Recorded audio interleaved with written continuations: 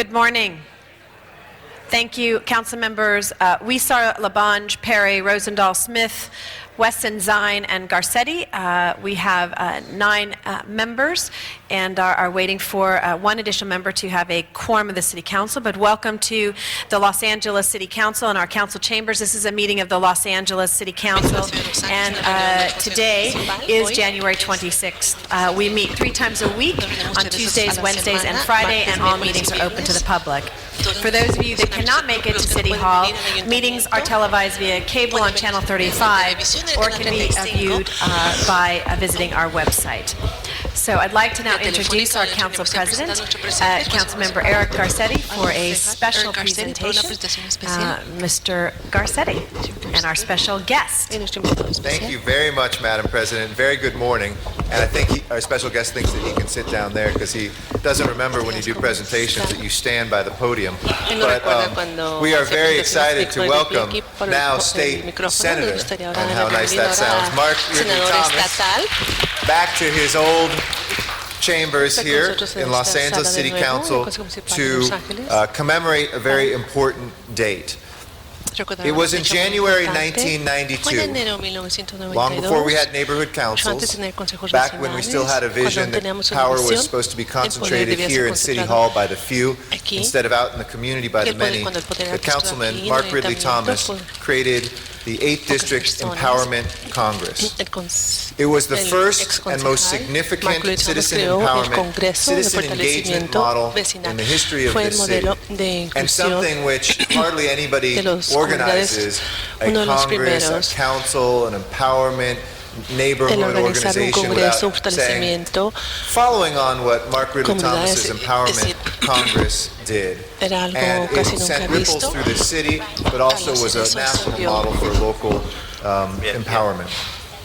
It is a constituent-based self-governed entity featuring both elected and appointed members, organized to engage their peers in the communities in their efforts to improve public safety, develop community standards, promote local economic development, give neighborhoods names and identity, and have a direct impact on policies and decisions that affect all residents. And in 1999, when the Los Angeles electorate voted to create neighborhood councils, a citywide system of community organizations that were patterned after the Empowerment Congress model to effect even greater influence on and accountability from their elected officials. We certainly remember from whence it came. Voters also, via change in the city charter, created the Department of Neighborhood Empowerment, the city department that is now responsible for overseeing the development of neighborhood councils in every corner of the city. And the current Los Angeles City Neighborhood Council guidelines and program guidelines are directly derived from the original Empowerment Congress bylaws. Incredible work. Mark Ridley Thomas brought the Empowerment Congress concept to the state legislature by forming the 48th Assembly District Empowerment Congress, ADEC, or ADEC, in 2002, which also adapted to help its constituent membership to more appropriately address issues at the state level. And we all know that community organizing is difficult work and something that was traditionally done outside of government, against government. To take that model squarely into these halls and into the city family was one of the most significant steps the city has made. The Empowerment Congress evolution and expansion continues now as Mark Ridley Thomas now enters the California State Senate. We congratulate him and all Empowerment Congress members, past and present, as they celebrate this year 15 years, a decade and a half of power to the people and exemplary civic engagement. So today, the Mayor and the Los Angeles City Council proclaim January 26, 2007 as Empowerment Congress Day in the city of Los Angeles. Please join me in congratulating Senator Mark Ridley Thomas and Empowerment Congress. And Mr. Garcetti, before Mr. Ridley Thomas speaks, we do have a few of my colleagues that would like to speak. Mr. Rosendahl, Ms. Perry, and Mr. Labange. Thank you, Madam President. Mark Ridley Thomas, you're a real treasure to all of us. The Empowerment Congress that you created 15 years ago, I had the pleasure, obviously, of going to a few when I was a TV guy and had an opportunity to bring it into the cable television world and let the world know not only Days of Dialogue, but the Empowerment Congress, two incredible leadership moves that you have taken. Secondly, I got elected to this body here, and the first thing I did was announce I'm creating an Empowerment Congress. I have one now. I have 8 standing committees. I have almost 200 members.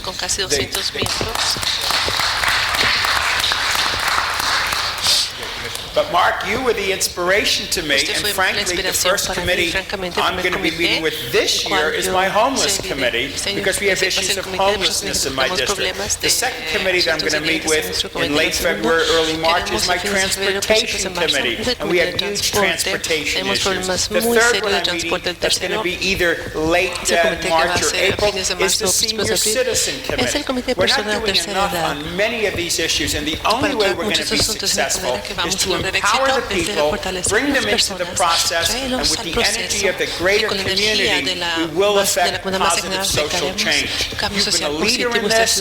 I've been a fan of yours, and I am thrilled to be here honoring you this morning. Bless you. Es un gran placer y un gran honor. Gracias. Muchas gracias, para la señora Perry. State Senator Professor Mr. Senador Mark Ridley estatal, Thomas. And he is a professor. First señor profesor, and foremost, primero y principal. always the council member who used the longest and most complex Siempre el word concejal. and sentence structure ever to be recorded in history. But of course, he is the one who Él es el que founded and facilitated that model. And not only inició ese was he modelo, no inclusive, but solamente fue he's el given inclusivo, voice to fue una people of voz, a community. le dio voz a las personas de la And many comunidad of the y faces who are muchas de las standing with caras you que están today con are ustedes el día faces de hoy that I son do caras recognize from the que very yo sí beginning. reconozco desde And el that's principio, y testament ese es to un the power testamento of the model al poder that del you modelo have chosen que usted to share with the entire city escogió and anybody compartir con else toda la who's ciudad. paying attention. It's a model Para that que todos works. pusieran It atención, es is un a modelo que model funciona, that es un modelo que encourages growth. fomenta It el is a model crecimiento, that es is un not modelo que ego-focused, but community-focused. And that's why no it se enfoca has en una existed persona for solamente, 15 sino en la years. comunidad. So I Es want por to say eso que publicly ha sido thank un you gran to éxito. you, Quería dar Professor gracias a State usted, Senator, and to all of personalmente, those usted, who are profesor, still standing with you senador estatal y a and on todos behalf los of the demás que están community. parados con usted. Y de parte de nuestra comunidad, muchas gracias. Thank you. Mr. Labange. Gracias a la señora. Bob says hello, Senator. Senator Mark Ridley Thomas, congratulations to you Felicitaciones a usted. and to all around you, which is so important. And I just want to say, members, as I follow Ms. Perry and Mr. Rosendahl, it was 33 years ago in this building that then Mayor Tom Bradley first organized the Youth Council, and Mark Thomas, before he got married, if I remember correctly, from Manual Arts, a toiler. And we all met together on the 21st floor, and Olivia Mitchell was our empowerment advisor. If you could say that, because that's what it was all about, Mark, and I think as we have all grown up together, you've led this council when you were a member, and now you led in the assembly, led now as a senator. I'm just pleased that you are working in an area that I now represent, so we could work jointly. And all these experiences we have and all the efforts we have to try to bring people forward is the key to success. I truly believe that, because the empowerment, and I learned this when I went from working for John Ferraro to working for then Mayor Reardon. Empowerment is so important in neighborhoods, and especially neighborhoods that are challenged more than others, so that people believe they can fight. And you've done that for people. You've given them the opportunity to voice what their concerns are. And now that you cover part of Hollywood, you could be like a great cinematographer and frame that image of what people want by listening and empowering them to do the great things that we all want. So, Senator, I congratulate you, and I congratulate your family, your sons, who are so impressive at any time I see them, and also your great wife, who does such a great job for our city as a city attorney. Madam President, Senator Mark Ridley Thomas. Gracias. Thank you. Mr. Zine, followed by Mr. Wesson and Ms. Hahn. Thank you, Madam President. Mark Ridley Thomas, Councilman, Assembly Member, community activist, community organizer. I remember when I first came to City Council, I sat in a committee with you, Information Technology General Services. Kept me under your wing, gave me the right direction. I got involved in the dialogues you had, the neighborhood councils you had. You were a pioneer in bringing people together in that community and throughout the entire city. The Day of Dialogues, the Empowerment Congress, all the different activities that you did to spark interest in a community that was really in desperate need of leadership and direction. I commend you for that.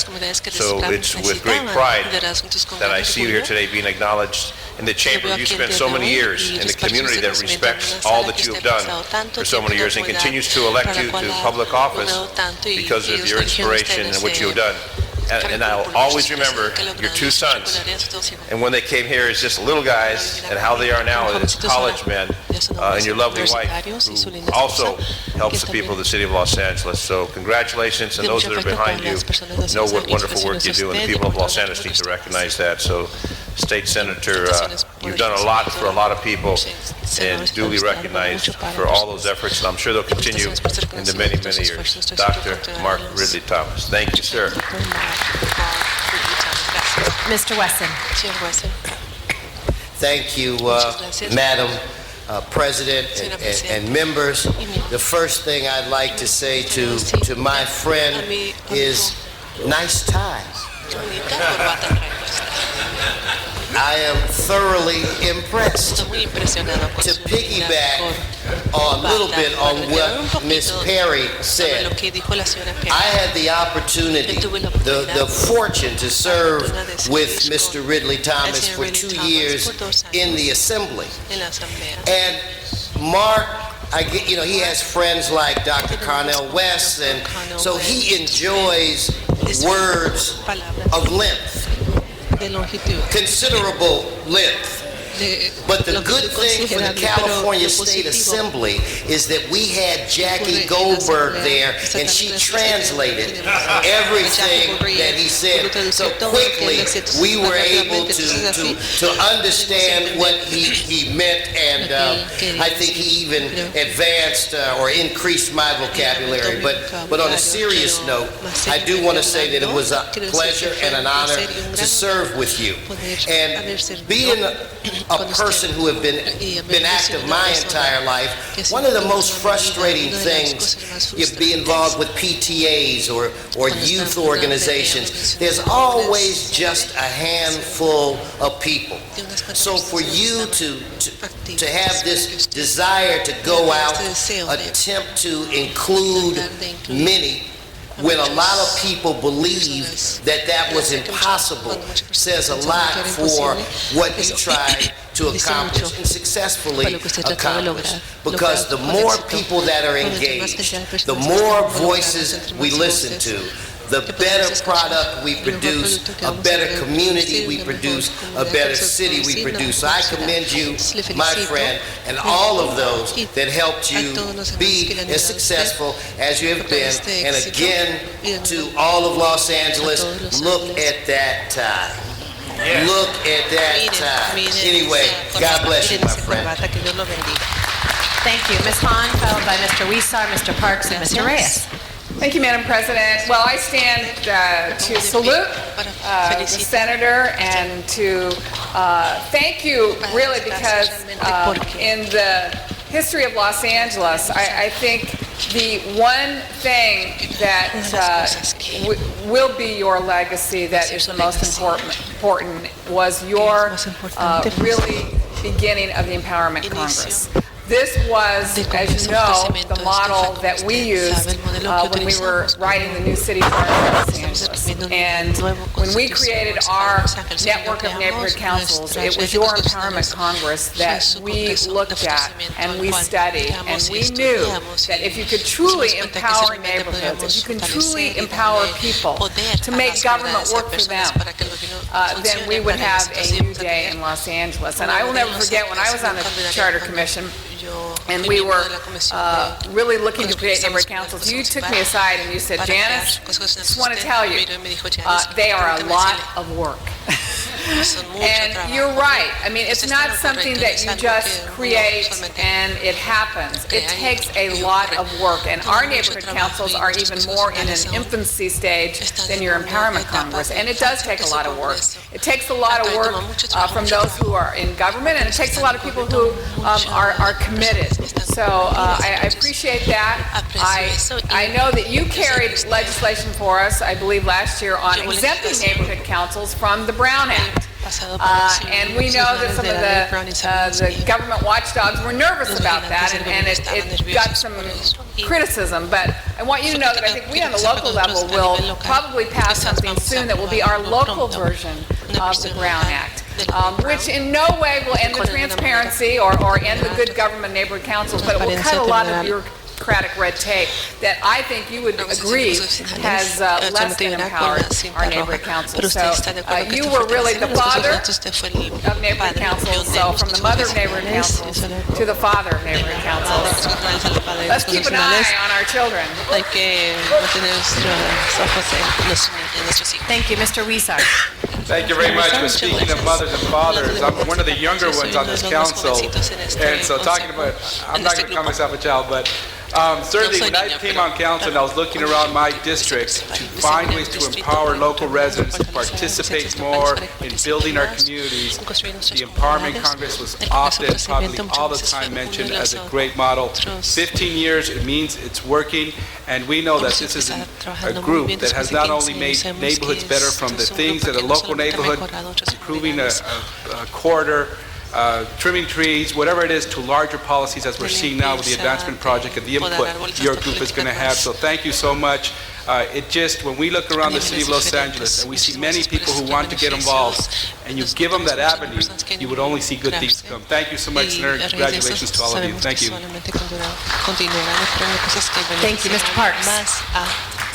Thank you very much, Senator. I just wanted to thank you for being here because Janice Hahn gave us a scoop, the mother and father. We never knew that. But one of the things that the senator did that many people may not be aware of is that he was also in the forefront of the community councils within the police department. With Paul Jefferson at 77th was one of the first efforts the police department was trying to get community advisory councils in every station, and he was there at the forefront giving the advice to Paul, and that was one of the formats that the police department used from 77 to move through South Bureau and the rest of the city. Now, one of the things that we weren't ready for when it occurred is that West LA Neighborhood Council tried to take over the whole city, but later we were able to kind of calm them down. But I just want to say thank the senator because we've been the recipient of a lot of his good work in neighborhood councils that's now moved into very active the Empowerment Congress moved into very active neighborhood councils, and so the 8th District and the 48th that he just left are all beneficiaries of that work and the fact of the networking in the organization that goes on. So I just want to add my voice and say thank you for your vision years ago. In the police department, we thought you were a little off the beat there, but you certainly brought it in and made it clarified as to what you were doing. It became a mainstay of our network within the police department. So I want to say thank you. Mr. Reyes. I was calling the senator when he was councilman. Yo le llamaba senador cuando era concejal. But it truly is an honor to be here to see the progression of this organization, to the extent that it actually changes and provides a different level of leadership, the council level, as assembly member and now as senator, and to see that maturity truly is an example that many other communities should be emulating. But I do want to take this moment as a former staff person, going to the councilman during some hard times, and being able to have that heart-to-heart and talk about how do we get this done, that done, how do we get past this notion of superficialities of the color of our skin and really talk about the economics and the injustices and the poverty. And I want to thank you for your steadfast tenacity, making sure we don't forget. And there's so much more work to be done. And I look forward to these coming years to produce those types of products, those environments that truly cherish our children and our families. I think that's what Empowerment Congress is about our neighborhoods. Thank you so much. Thank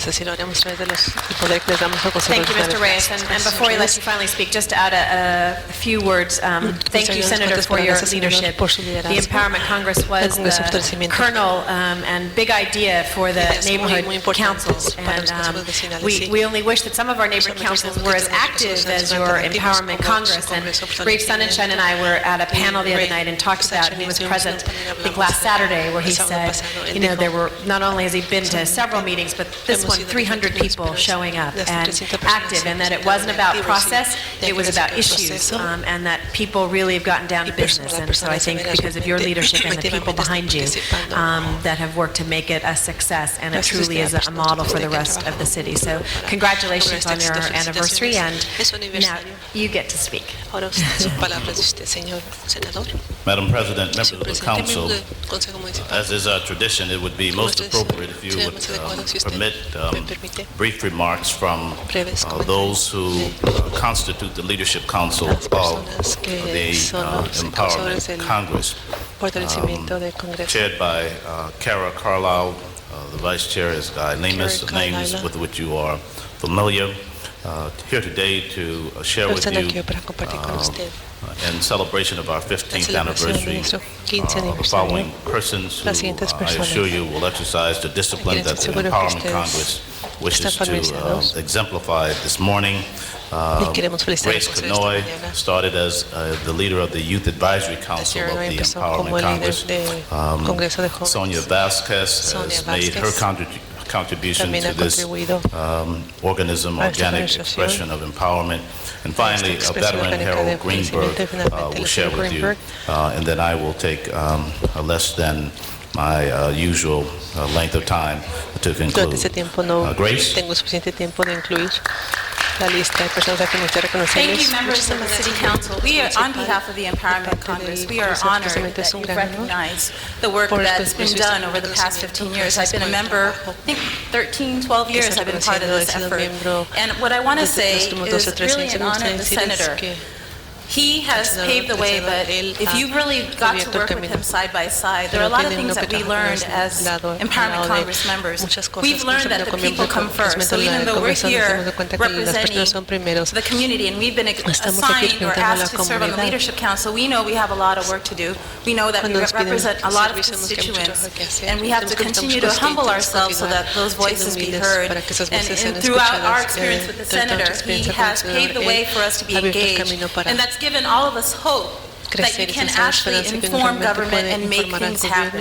And I just want to, on behalf of the Empowerment Congress, recognize the Senator for his achievements and really providing us, not just being the leader, but being our mentor, our father in many respects. So we thank you. Thank you. I would like to say I'm very honored to be here, as are all my Empowerment Congress members. I was not fortunate to be there at the inception of the Empowerment Congress, but it was certainly there at the inception of my career in community service. And I can speak for all of us when I say we look forward to the day when the Empowerment Congress model is used throughout the nation and throughout the world. Thank you.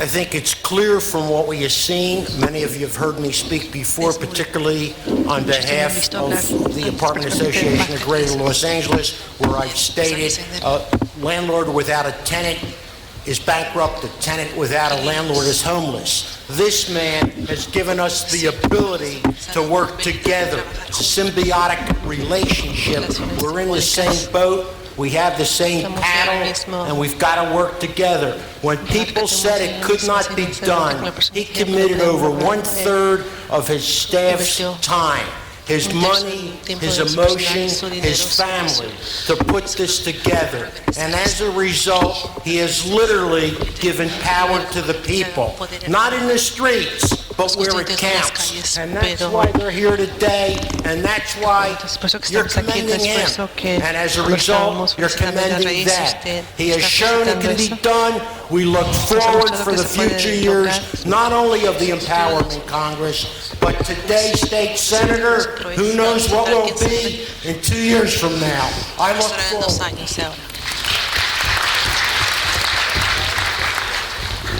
Again, Mr. President, Madam President, and members, may I say thank you very much for your acknowledgement of the work that we have done, the work that we are doing, and that which we will continue to do. I'm always heartened to be in the Los Angeles City Council chamber. This is a special place to me. The last time I recall standing at this podium, I was quite frankly overcome with emotion. 11 and a half years of investment of my life in the formative moments of my career in public service. And so I take the business of public service seriously. And I continue to learn each step along the way how to be a better public servant. It's clear that the notion of empowerment, deeply rooted in the concept of nonviolence, suggests that within each of us is the capacity to help make our respective communities better than we found them. And those who stand with me today have sensed that very concept, have tested it, and caused it to take root for some 15 years. And I want to say they ought to be applauded once again for the work that they have done and the work that they continue to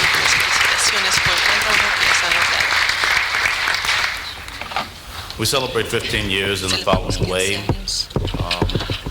Madam President, you referred to a gathering this past week at the West LA College of some 500 people, essentially listening to the premier public intellectual of our times, Professor Cornel West, one who we know, Professor Raphael Schonenschein, premier organizer Anthony Thigpen, and a range of people. What were we doing? We're trying to get better at the business of learning how to do empowerment in an indigenous and an authentic way. It was an extraordinary experience, and what we want to do with that is cause that to be accessible to the neighborhood councils, some 80-plus certified neighborhood councils in the city of Los Angeles. And I want to say a full third of them are certified within the boundaries of the 26th Senate District. And so our point with that teaching was to develop an Empowerment Congress Training Institute, where we would make available the resources to help the other neighborhood councils do it the way that they find most meaningful. It doesn't mean that they have to do it like we do it, but it does mean that it needs to be done well. On yesterday, we convened as a part of the celebration religious leaders, Buddhists, Christians, Jews, Muslims, around the issue that is most urgent in our midst today. Han and I had the opportunity to be on Which Way LA the other day where we talked about this issue. Some 250 people packed in the Friendship Center on Pico and on Venice and Fairfax for the purpose of saying, what can we do? What ought we do to face the question of violence in our respective communities? We heard the presentation of Connie Rice on the issue of the report that's done. The message was clear. We cannot allow ourselves to ignore the compelling nature of the deepening crisis, interracially overlaid of violence in the city and the county of Los Angeles. We cannot give up on that. We will not give up on that. And it's reminiscent of the work that was done at the ad hoc nos recuerda el trabajo que debemos de hacer el trabajo del Comité Profesional de Violencia de Pandillas. Hace más de 10 años, el señor Reyes, cuando era miembro personal del señor Hernández, empezamos con no hemos logrado éxito.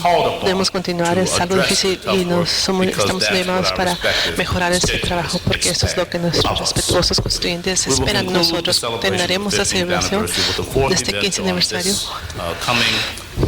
este sábado, este febrero, en el Gala Center del orador. Va a ser el profesor Ken Starr.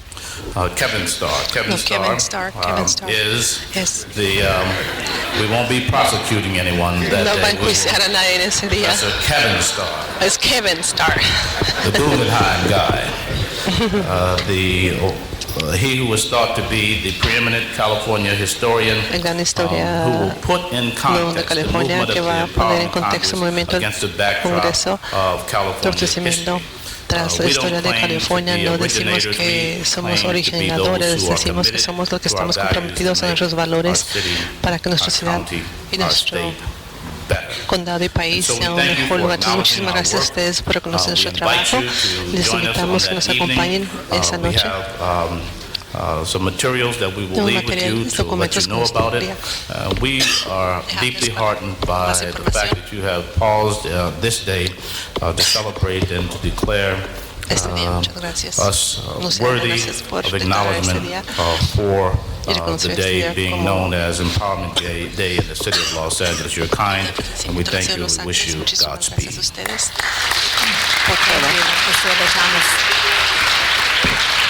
Always happy to have you and our City Council and the rest of your representatives here today. Madam Clerk, please call the roll. Cardenas, Gruel, Han, Weezer, Labange, Parks, Perry, Reyes, Rosendahl, Smith, Weiss, Wesson, Zine, Garcetti, 14 members present and a quorum, Madam President. Thank you. First item of business. Approval of the minutes. Mr. Rosendahl moves, Mr. Weiss seconds. Commendatory resolutions for approval. Those will be approved. If you'd like to go ahead through the agenda, I know Mr. Garcetti's group is going to get established, but we'll go through the agenda. Before beginning the regular agenda, Madam President, there's a request to continue item number 23 to Tuesday, and the new date would be January 30th. Thank you. Also had a request from Mr. Parks to continue number 4 until next Tuesday.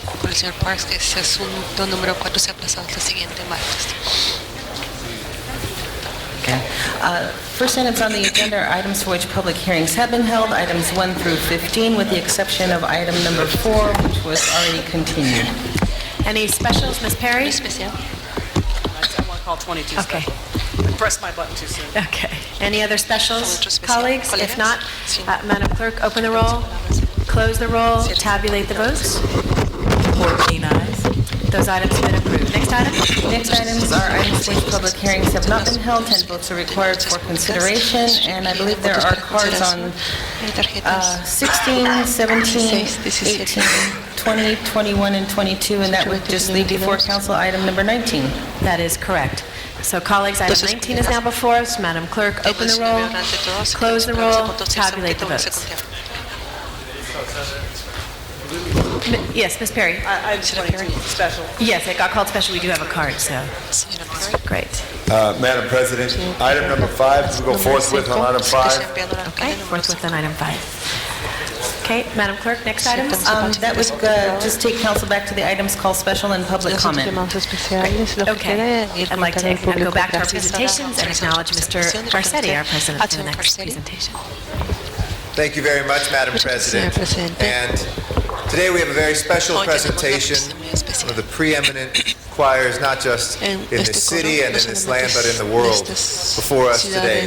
The Crenshaw Elite Choir of Crenshaw High School. A multi-generational choir comprised of high school students, alumni, and community representatives in the heart of Los Angeles who are here today. Through the sponsorship of LAUSD, the World Cultural and Sports Foundation, and the Congress of Racial Equality of California, CORE California, and the Celis King family, the late Ray Charles, and several community members, the Crenshaw Elite Choir has traveled and performed through all the world.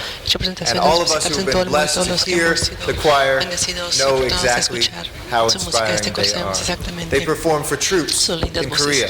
Han They hecho perform for cosas royalty, para Prince Charles in ejército, England, and Prince militares Rainier en Corea, in Monaco. para el Since rey 2000, the choir has made its cultural Carlos, friendship exchange summer el tour to rey de Korea Monaco. on 5 separate occasions, twice to Japan. 2 veces han ido a Japón. And in 2002, En the 2002, Crenshaw Elite Choir, el representing coro the de United Crenshaw States, representando a los won Estados a Unidos gold ganó medal at the una World medalla Choir de oro Olympics en las held in South Olimpiadas Korea and was de named the oro en World Sur Choir Corea, Games fue llamado champion. los campeones de In oro en 2006, 2006, the choir went el to coro Xiamen, fue a Xiamen, China, a for their China, 4th Choir Olympics. para el There, cuarto they Olimpiadas de competed coro y against more than compitieron contra 400 más de choirs 400 from coros 80 de nations. 80 naciones. The Crenshaw Elite Choir, again, proudly representing coro the United de líderes de States, Crenshaw won medals in orgullosamente all representa a los Estados 3 Unidos, categories: ganó medallas en gospel, las tres spiritual, scenic categorías folklore, espiritual and de, jazz. de The 50-member choir gospel, won a silver medal in scenic jazz y folklore, folklore. another silver medal in jazz, También and a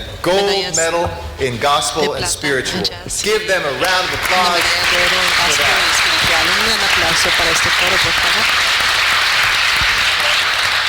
And I want to thank Councilman Parks, whose office really embraced the choir as it came back and continues to do incredible work. Directora And we del thank coro, you, Councilman gracias, Parks, for that. concejal And Parks, currently por the habernos choir is in the invitado. process of Actualmente doing el coro está en outreach proceso to other young people and giving back to incluir the a otros miembros de la community. comunidad y So, dar servicio a la music comunidad. first, Entonces, and then música second voice. primero. So with that, Habiendo dicho eso, I present to you, les ladies and presento a gentlemen, ustedes, the damas y Crenshaw caballeros, Elite Choir of el coro Crenshaw High elite School. de Crenshaw, la preparatoria Crenshaw. Un aplauso.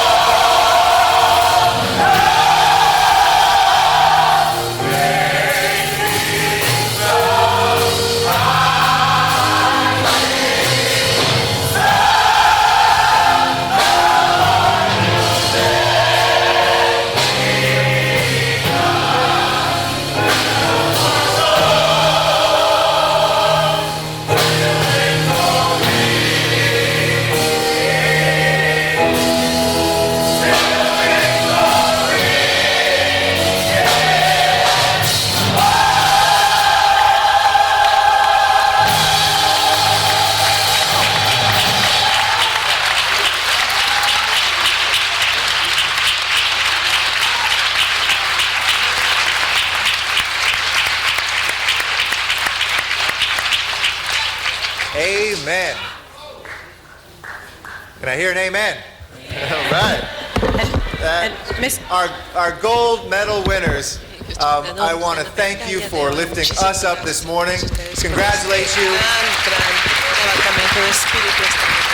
Not just on being the best in the world, but the best that each of you can be individually. And in doing that, you inspire each of us to continue our work to inspire and to lift up spirits here in Los Angeles. And with that, like Celis King IV. And before he gets to speak, before that, yes, we have a few of our council members would like to say something. Ms. Perry, followed by Mr. Labange.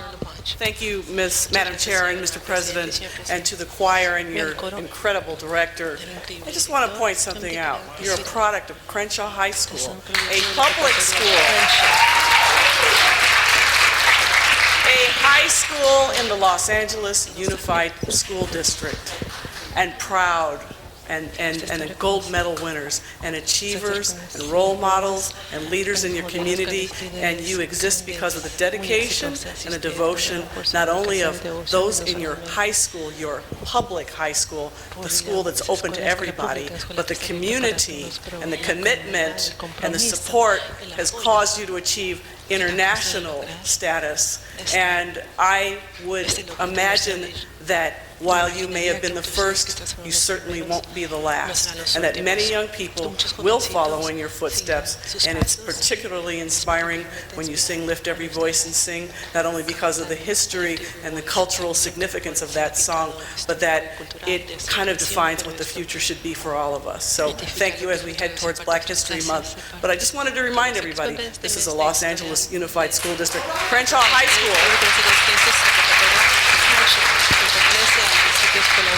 Thank you, Mrs. Perry. Mr. Labange, followed by Mr. Rosendahl. Madam President, to Crenshaw, Iris Stevenson, give her a big hand.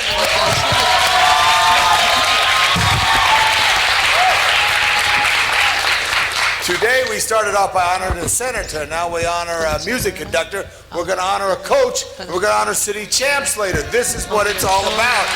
And I think it's important, especially for the young people of Pan Pacific Park and the young high schoolers from Birmingham High School in the San Fernando Valley, to see this because it uplifts us. And I think we would do better by not meeting, but having you sing every Friday. We'd get more votes. I thank you, Madam President. Iris, I love you. Thank you. Mr. Rosendahl, followed by Mr. Parks. Yes, I just wanted to say quickly that I came into the council chambers today depressed for lots of reasons, not feeling very good, but I sat over there and you raised my spirits and you did a lot of healing for me. Thank you. God bless you. Thank you.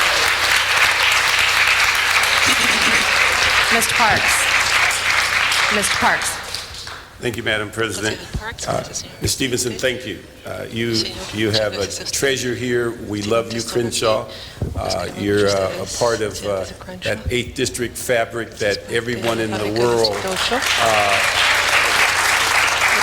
is happy, because when you have success, the whole city has success. And to go out and win twice, the World Olympics, twice. That's a phenomenal feat, and we're just pleased to see you here. You brighten our day, and as we always say, we love Crenshaw Choir. Thank you. Mr. Wesson. Thank you, Madam President and members. Ms. Stevenson, all I can say is that this group rocks. I mean, they are out of sight. I had the opportunity yesterday to be with you in a small ensemble when we dedicated a memorial library for Ray Charles. So I just want to thank you for coming here today, uplifting Bill Rosendahl's spirits. I didn't need my spirits lifted. As soon as I saw you, I was sky high. But God bless us all, and thank you for coming. Thank you. Mr. Reyes. Realizing how popular American Idol is, I think we have winners here. You have essentially astounded, the fact that we can carry this message and this voice, and these trying times when there's such great diversity in the city, and to be able to sparkle like a gem the way you do, really sends that kind of feeling that we are one city, and I want to thank you for that. Congratulations.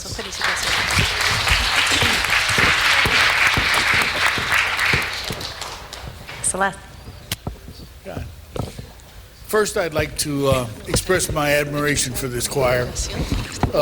I know that only a small portion of you are here today, but I want you to know you represented them well.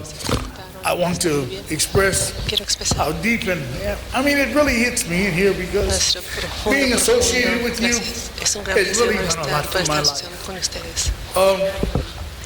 It's not often that I get brought to tears.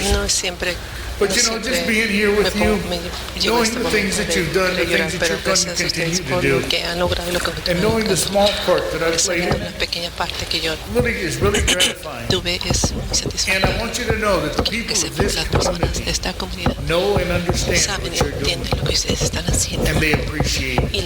Know that you are loved throughout this community, throughout this United States, and throughout this state.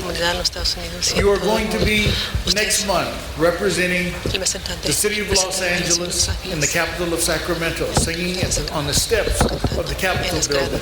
And then you're going to open up the Black Expo. You're going to do that as representatives of the Los Angeles Unified School District and the Los Angeles community as a whole. I say thank you, because you are carrying our message. You're carrying the message that we count, we are important, and we are productive. And above all, we want the world to know that we are representatives of peace, harmony, and goodwill for all men. I'd like to especially give an acknowledgement to the heart and soul of this choir, Director Stevenson.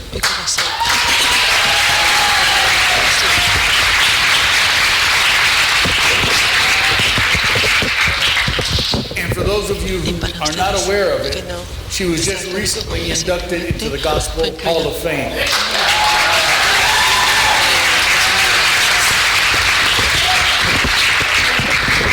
So rather than say any more, I'll let you continue to speak for us with your wonderful voices and the inspiration that you provide for us all. And again, thank you. Gracias de todo corazón.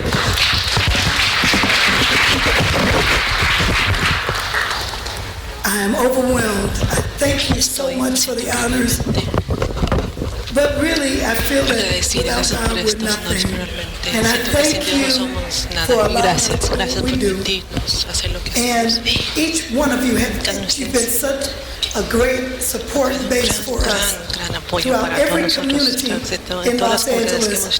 And remember that Crenshaw, after all we've been through, we want you to know that we're still here. And Crenshaw is rising. So I want you to keep us in your prayers.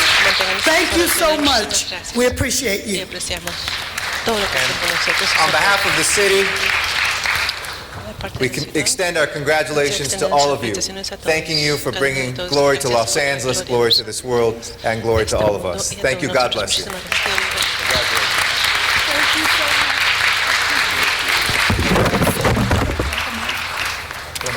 Yeah, come on. Okay. They want to do one more song? You want to do one more? Do one more. Yeah, do one more.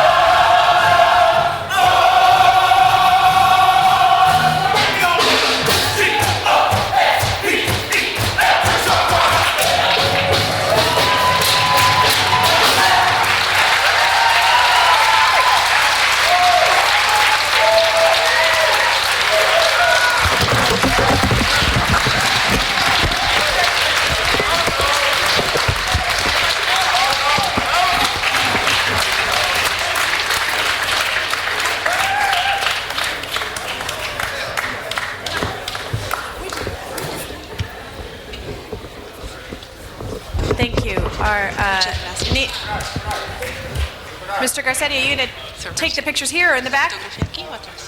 Okay. Our next presentation will be by Mr.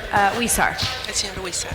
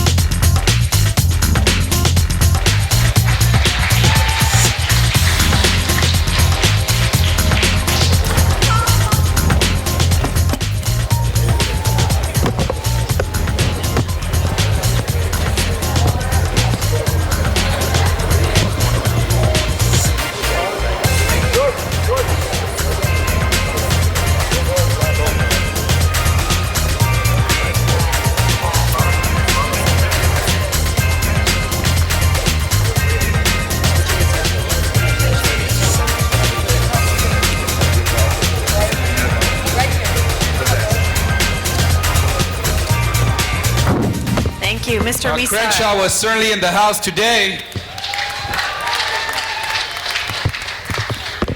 Thank you very much, Madam President.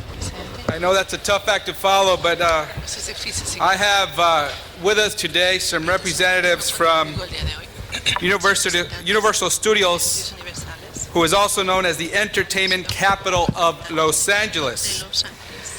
I am here today because I have had the fortune of not only visiting this wonderful place as a young boy, but I've had the fortune of meeting some of their wonderful personnel that is doing wonderful things in the city of Los Angeles and in my district this past year. They and their Discover Star program has brought hope, light, and generosity to my district not once, but 3 times in the last few months. First, let me tell you about a program we all know very well. We all know Father Greg Boyle and the wonderful organization he formed as the Homeboy Industries back in 1992 to create viable businesses that provide training, work experience, and opportunities for rival gang members so that they can work side by side and ensure that they go on to greater opportunity. Homeboy Industries actually started Homegrow Cafe about a year ago. It's their newest business venture to train young women seeking professional training opportunities in the restaurant business. They take former gang members and give them an opportunity to do better for themselves in their community. In April 2006, Universal's Discover Star program came to CD14 to recognize the positive impact of Homegrow Cafe and what it has had on its clients and the community. They did so by presenting a $25,000 check, but they certainly did it in Universal Studios fashion. We had Lucy from I Love Lucy. Yes, she's still around. We had Frankenstein and a number of other great characters to help make that presentation. But ladies and gentlemen, it did not end there. We all know how important it is to address the issue of young children on Skid Row. And this past year, working with my office, we were able to take over 60 homeless youth from Skid Row to Universal Studios. The children enjoyed VIV treatment, tour guides, front-of-the-line privileges, an amazing lunch, and then their day ended with them as the stars of Universal Studios' annual tree lighting ceremony, which was a blast. I got to see the young boys and girls when I got there about lunchtime, and you should have seen the looks on their faces, these beautiful children, thrilled with laughter and joy, and knowing that we're here for them to support them. And ladies and gentlemen, this past Christmas as well, we had a very unfortunate incident where a school in Boyle Heights, Murchison Elementary School, was preparing to give gifts to needy children the following day. Unfortunately, the night before, someone broke in and took most of the Christmas gifts. Universal stepped up again and did not hesitate to provide some of the replacement toys for those needy children in that community.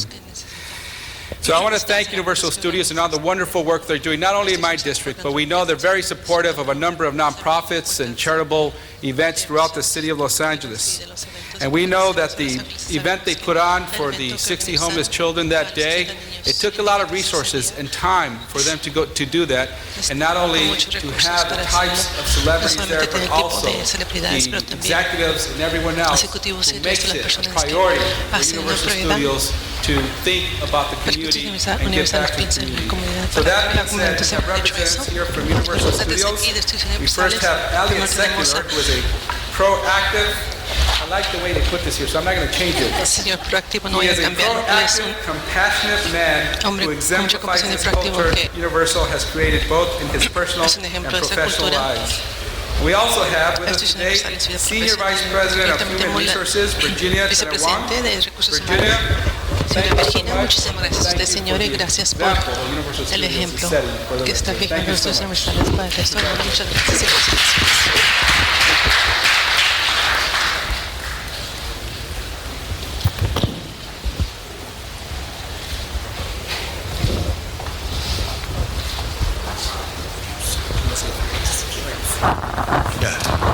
I just have a few remarks. First of all, thank you so much, Councilman Huizar. We really appreciate the recognition. And I also want to note Councilman LaBlanche, who's in our district. We really appreciate working with you. Thank you. I'm really honored to be here. I'm honored to be following the Crenshaw Choir, which is just loud. That's all I can say. So it's really a privilege to be here. I just want to make a few remarks. First of all, Universal Studios Hollywood really believes in giving back to its community. We have our own nonprofit organization called the Discover Star Foundation, and that's where we've been able to help the community so much. In particular, Homegrown Cafe, we're really proud to be associated with them. We are able to make contributions through Discover Star Foundation, through gifts from our employees, from our associates. We had a record-breaking year this past year, over $400,000 we received and we were able to distribute in grants. Our primary causes are for children's health issues and homeless prevention, and again, it's all in the city of Los Angeles. So I guess finally, I just want to thank you once again. Thank you for recognizing us, Universal Studios Hollywood, and thank you for both the councilmen. Thank you so much. Thank you very much. Appreciate Universal Studios Hollywood for all your work, especially connecting to other parts and the important 14th District and the Homeboy Industries and all the work that you do there. Very special. Give them another hand. Thank you so much. Universal City Hollywood.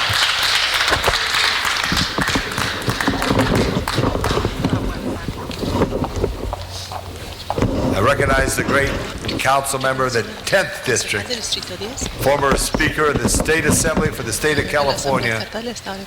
Please welcome the great Herb Wesson.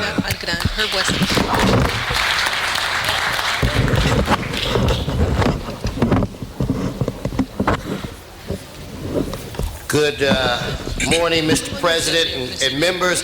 Today is my favorite Friday because it's Pet Adoption Friday.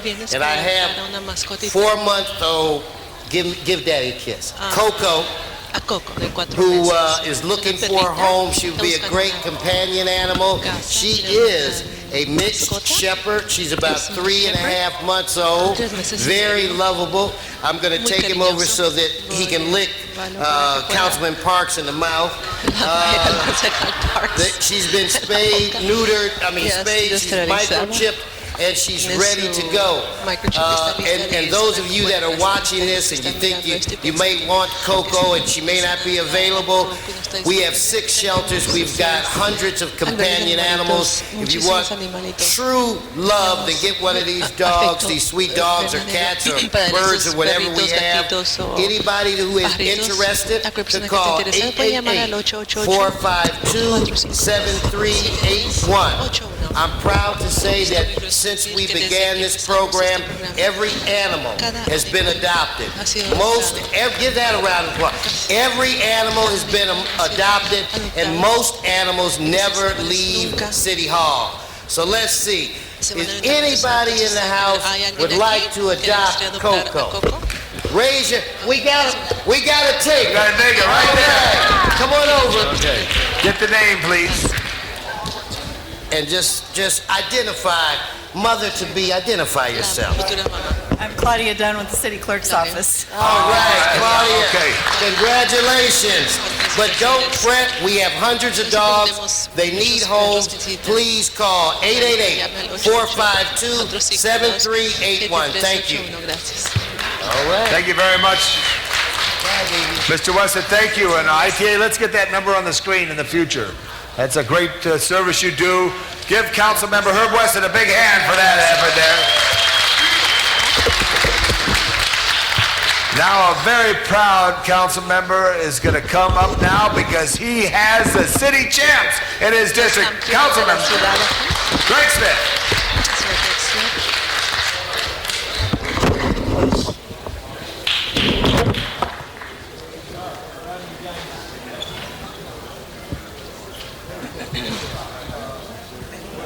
He's coming up, and the principal.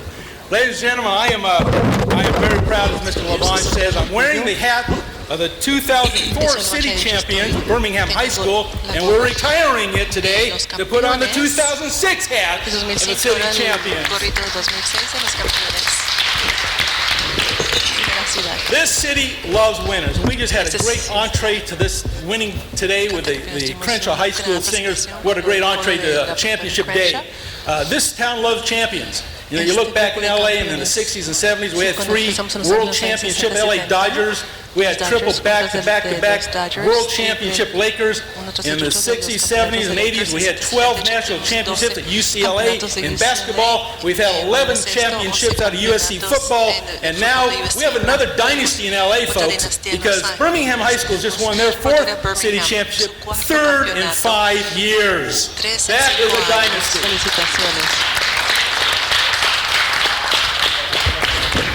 And another one next to the man says, I'll take that to the bank. I have known Coach Ed Croson for a few years now and watched him work with his young athletes. He is in what, in my opinion, is one of the great coaches of all time, USC coach Pete Carroll's tradition.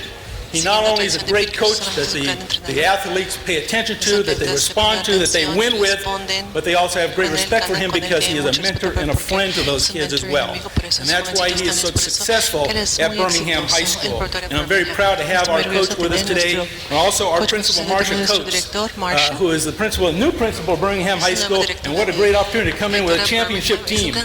And we're happy to have you here today.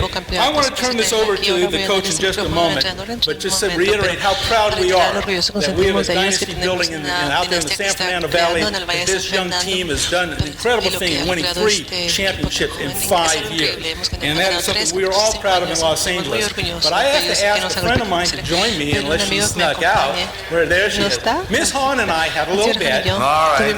And Miss Hahn has come up here and joined us at the dais. And it's hurting her a lot, but you know, I understand. Come on up, come on up. Janice, we want to present you with to Tom LaBonge's football. No, you can't take Tom's football. This is from the days when they wore leather helmets. Yeah. Whatever. Welcome, come on, that was the bet. Come on. Oh yeah. She doesn't remember the bet. All right.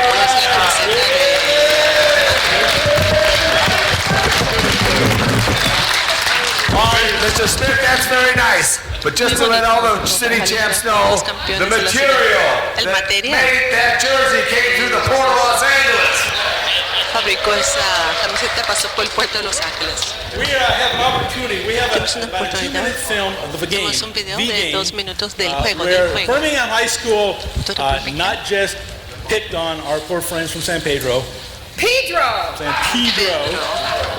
but actually thumped them pretty good, 45-7. I'm going to ask Coach Croson to come up, and while Janice is here, narrate this 2-minute video of that incredible football game. 45-7. Coach, if you come up and narrate and have a few words for us, if you would, please. I'm proud of San Pedro Pirates, you know. They got there, they beat Carson, and I actually had a bet with the mayor of Carson, Jim Deere, so I get a free ride in the Goodyear blimp as a result of San Pedro beating Carson. So I love my Pirates. Go San Pedro. Pedro. Coach, come on up.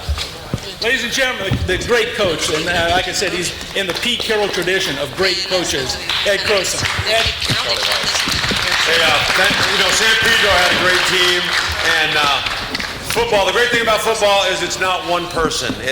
No one stands alone, and it goes from top to bottom, the excellence, starting with our administration, very supportive group.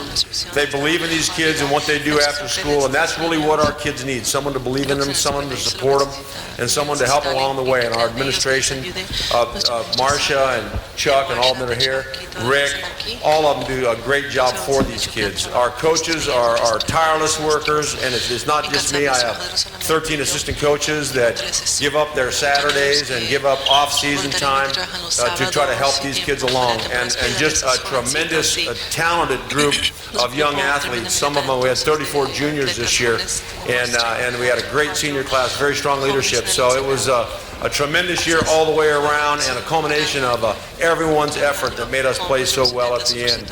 We appreciate the opportunity to come down here and honor these kids, because these kids put in hundreds of hours after school to get to a place like this. So for you to recognize them means a lot to all of us. Thank you very much. These are highlights from a number of games. This is a kickoff return for a touchdown by Willie Chandler early in the season. Willie's number 1. He's committed to University of Nevada, Las Vegas. He'll be playing in college for free. This is some defense. Oh, sorry, that was against Long Beach Poly. That was another one against Long Beach Poly. This is our sophomore against Valencia. Ended up being all city as a sophomore. Here's a clip against Notre Dame High School, the number 6 team in the state of California. This is Wilson Del Castillo, a defensive lineman on an interception return. Fumble return. Thanks, guys, for keeping me straight. That's Willie Chandler on another touchdown from James Beloff. Milton Knox, the Los Angeles City Player of the Year right here, with a great run against Taft. This is a sack against Cleveland High School. We'll have another one coming up next. That's a fumble recovery, scoop, and a touchdown by our all-city defensive lineman, Malik Jackson. Led the city in sacks this year. There he is, scoring a touchdown on defense. Thinks he's a running back. Yeah, Milton Knox with another long run. 2,400 yards rushing this year. This is another one breaking tackles and going all the way. Devon Flournoy, sophomore. Finish that run.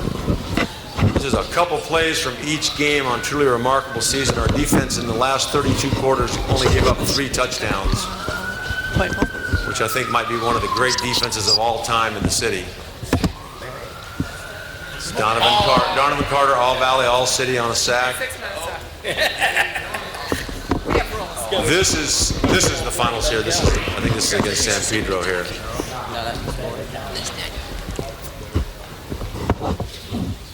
Okay, so 6 minutes up. Don't we have rules around here? This is about 20 seconds from being over.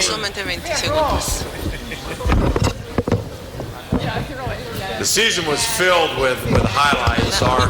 The highlight film we do for our banquet is 1 hour and 10 minutes. This is Crenshaw in the semifinals. Tremendous team at Crenshaw. Gave us probably our closest game. Sorry. This is a 75-yard run. Milton Knox set the school record for rushing in this game. Had a hit of the week by the quarterback, fell off in that one. This is in the Coliseum here in the finals. The interception by Okechukwu Miki, all city free safety. This is a little bubble screen to Willie that went all the way. We were fortunate to score on our first six possessions. Great run. And that's it. Thank you. Mr. Smith, I'd like to call on a great football man, former Speaker of the State Assembly, Council Member Herb Wesson. Thank you, Mr. President and members. And you're right, I love football. And Coach, I coached Pop Warner football for 13 years and won a conference championship and a national championship. And in the back of the room is the man who was my defensive coach. That's Donovan Carter, who happens to be the dad of the Donovan Carter that is on your squad today. It shows how small the world is, and I will embarrass, we used to call him Little Donovan, because he was only about that big. Little Donovan was our mascot and water boy. And now he's grown up to be a defensive terror. Congratulations, young men. Young men. I remember when my son, he played at Loyola High. And he played the last game. Had they won this game, they would have made it to the championship. And I said to him, there will be other games. And he said, there will never be another game like this high school game. Guys, treasure this moment for the rest of your life. Because in 2006, you were the champions, and no one will ever be able to take that away from you. Congratulations. Thank you, Mr. Wesson. Mr. Parks. Thank you, Mr. President. Just want you to know you broke Crenshaw's heart and my heart, but we want to really honor you 2 times in the last 3 years. 2 out of 5? Okay, 3 out of 5. I'm sorry, I missed one. But I just wanted to stand up because a young man that I know, Milton Knox, his grandmother has a restaurant that Herb Wesson and I share between the 8th and 10th District. And if you knew his grandmother and his mom, you know why he's such a good person. He's a better person than he is a football player, and he's an all-star football player. And so I just wanted to stand up and say to him, keep up the good work. He's been a starter since a freshman. Every time I go into his grandmother's restaurant, she gives me this latest clippings. And I just wanted to say, we just think he's going to be wonderful. And he really looked good in that Cardinal. Wasn't he Cardinal? Looked really good in that Cardinal. And so keep that local talent home. But Milton, keep up the good work. You just make your grandmother so proud every time I go in there that she has the latest Milton story and what he's achieved and all that. And you are going to be a continued star in this city and whatever you choose to do. So thank you very much. Thank you, Mr. Zine. And Mr. Labange. Mr. President, I want to also offer congratulations to you. I asked for the athletes, how many of you who ever played with Valley Youth Conference? Interesting, because I met yesterday with Bill Spear and another representative from Valley Youth Conference, and they're seeking funding to continue Valley Youth Conference because they say so many of their athletes go on to play in high school and lead productive lives. So that's a great inspiration, which I've seen. I love the Letterman jacket. It takes me back to my youth. And Janice, it's true, once you were 21, and they're reminding you again, your youth is coming back. As we see the youth of tomorrow, it's inspiring to see what Birmingham has done, what Crenshaw has done, what all the schools have done. It's a real tribute to LA Unified School District and the reflection of what you folks bring forward. Greg, I know you have that district. I had it before, and it changed at the when they did the census. But I know that in the Valley, we have great representatives from the schools in the different athletic departments. And I know that the schools on the west side, ones that I have over in the west area, Taft and El Camino, Rivals, I know. Rivalry is good. Rivalry is good, but to all of you, congratulations. And it's a real inspiration about how many of you came from Valley Youth Conference and who we are today, and hope all of your goals are achieved as you move down that path of life. God bless you all. Congratulations to you. Thank you, Mr. Zion. Mr. Labange. Thank you very much, Mr. President. And Coach, congratulations to you and all these fine young men and the sport for the administration. It's real important. I think what Herb Wesson said, this is a very important time to enjoy. How many are juniors and sophomores? It's real important to enjoy this. Enjoy this, work hard. And also, I want you all to look right over here, because these are city champs here from Pan Pacific right here, okay? From Pan Pacific, which is in the Fairfax district. And Coach, I know how important it is. Youth football, Mr. Zion mentioned it. I know Mr. Parks was a youth football coach and coached future Hall of Famer Warren Moon, I believe, when he played before at Hamilton. So it all starts in the playground. But your city champs got a responsibility to stand tall and also put your hands to help future champions. So find the time to help your local parks, be involved in our parks program. And Coach, I got a tough question for you. This is a tough question. You see it on television. When they call the play, the coach puts his card in front of his mouth. Now, why does he do it? There's no video where you can read lips. Well, I told from a reliable source, when you call a running play, it's shorter. And when you call a passing play, it's much longer. And this was told to me by, if I could brag, the ball boy at John Marshall High, 1970, Andy Reid, who's the coach of the Philadelphia Eagles. He told me, everybody says it's reading lips, but an offensive play is, call an offensive passing play right now, Coach. I know, let's hear it long. You talk to the microphone. Yeah. Passing play? Yeah. Okay, let's go. Well, it can be, okay, we can go rip laser 280 scram. Rip laser 280 scram. I call a running play. Yeah.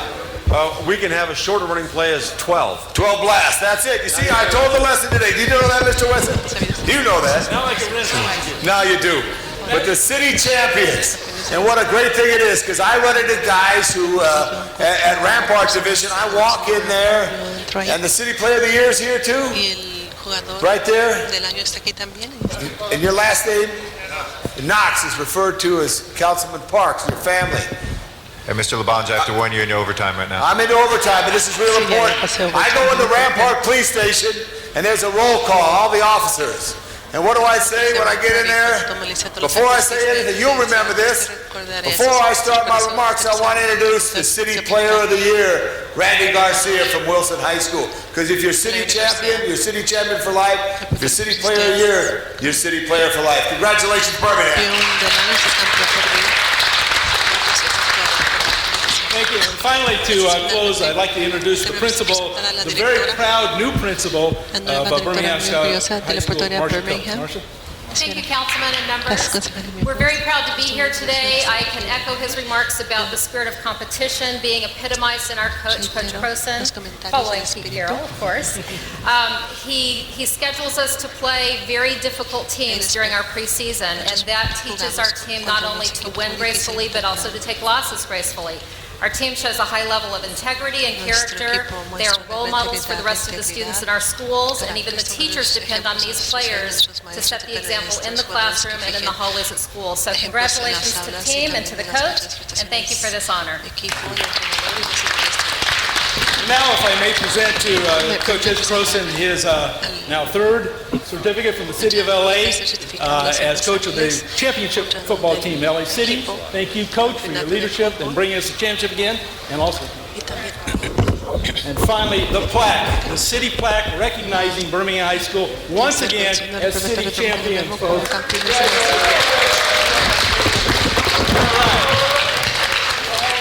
Thank you, Mr. President.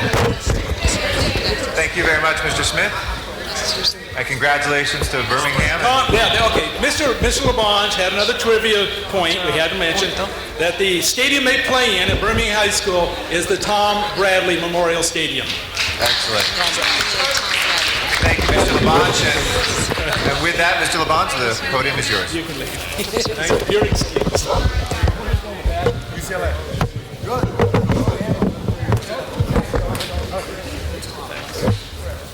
right, guys, good job.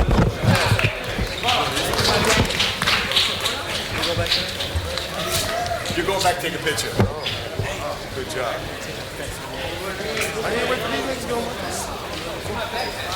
Who's the center? Who's the center? Here, right there. No, that's a Hey, get my hat. Clip it. Get my hat. Hey, get my hat. Thanks again.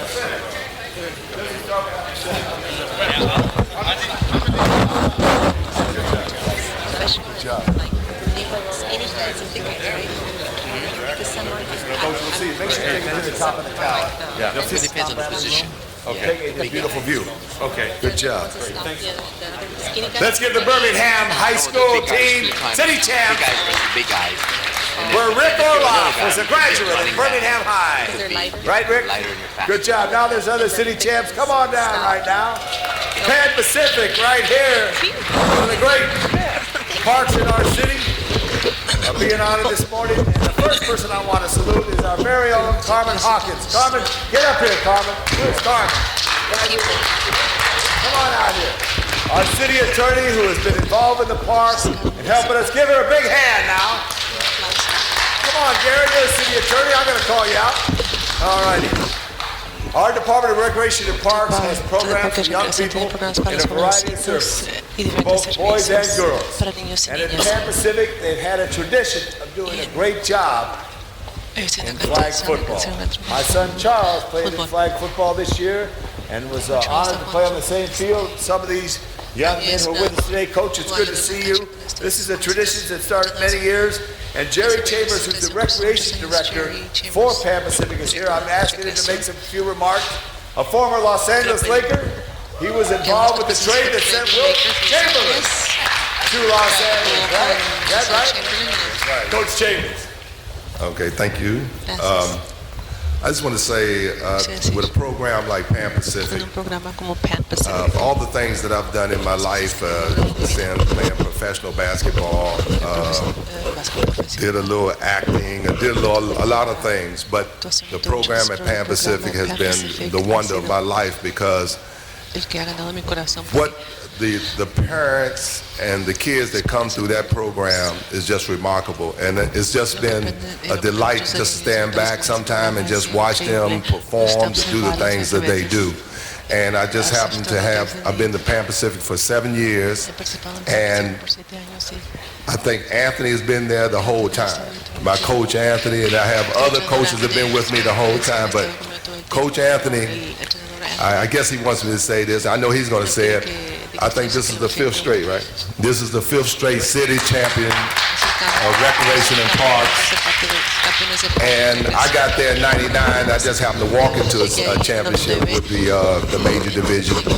But I think we lost one, and then I think I know that we have not lost it in the last 5 years. So he's done a wonderful job. The parents, I just got to talk about the parents. Parents, stand up back there. I know everybody in Rec and Parks, every director would say, oh, his parents are the greatest. And I'm going to say the same thing. My parents here at Pan Pacific is wonderful. I mean, they're the best in the city. And if you ever want something done, or just ask them, and they'll do anything, especially anything for kids, they would do it. And then so they've done a wonderful job. I'm gonna stop talking. I'm gonna bring up Coach Anthony.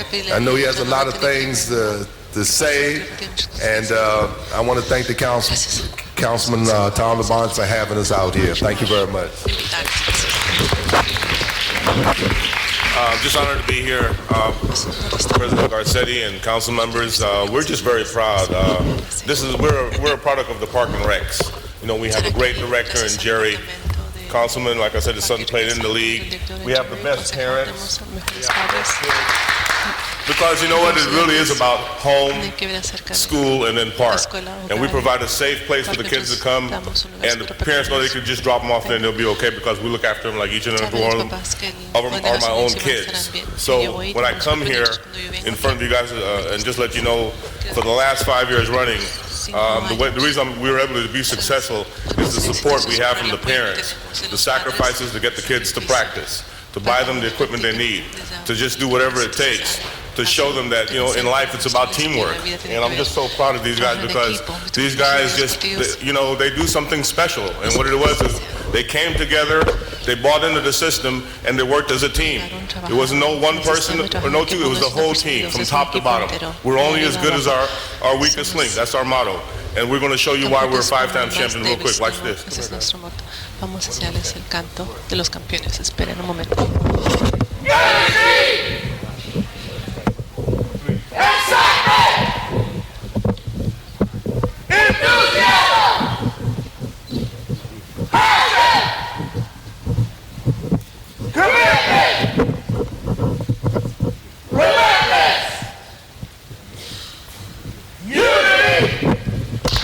That's why we're able to be 5-time champions. Thank you. Stay with me right now as we're going to salute your players right here. As we put us all together, they can jog right out. And as we do that, Jordan Jones, get Jordan out here right now. Congratulations. Okay. KJ Smith. Brandon Taylor.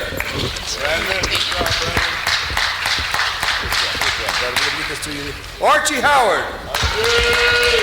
Joseph Floyd. Marcus Rogers. Justin Childress. Michael Tucker. Taja Adams. Hakeem Wilson. And also we have, let me see right here, Gabriel. Corey Gabriel. Kamsen Galt. Give them all a big hand.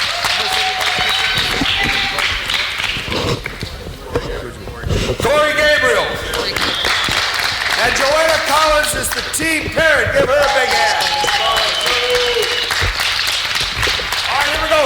3:38 blast on 2. Ready? Let's go. All right, give the Pan Pacific All-Stars a big hand. Un aplauso a los campeones de Pan Pacific.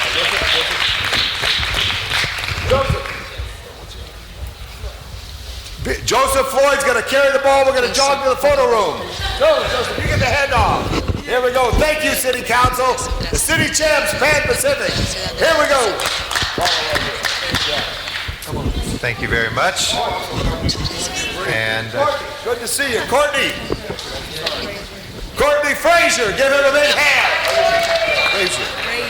Frazier. Where did I get that? Courtney Brazier would it be? Courtney Brazier. Yeah. I got to go back to practice there, Courtney. Good job. Thank you, Mr. President. Hey. No, I'm sorry. Thank you very much. Madam Clerk, first item. Madam President, do you wish to take a public comment at this time? Yes, please. The following individuals, Sky Anderson, followed by Sylvia Lynn Hawkins.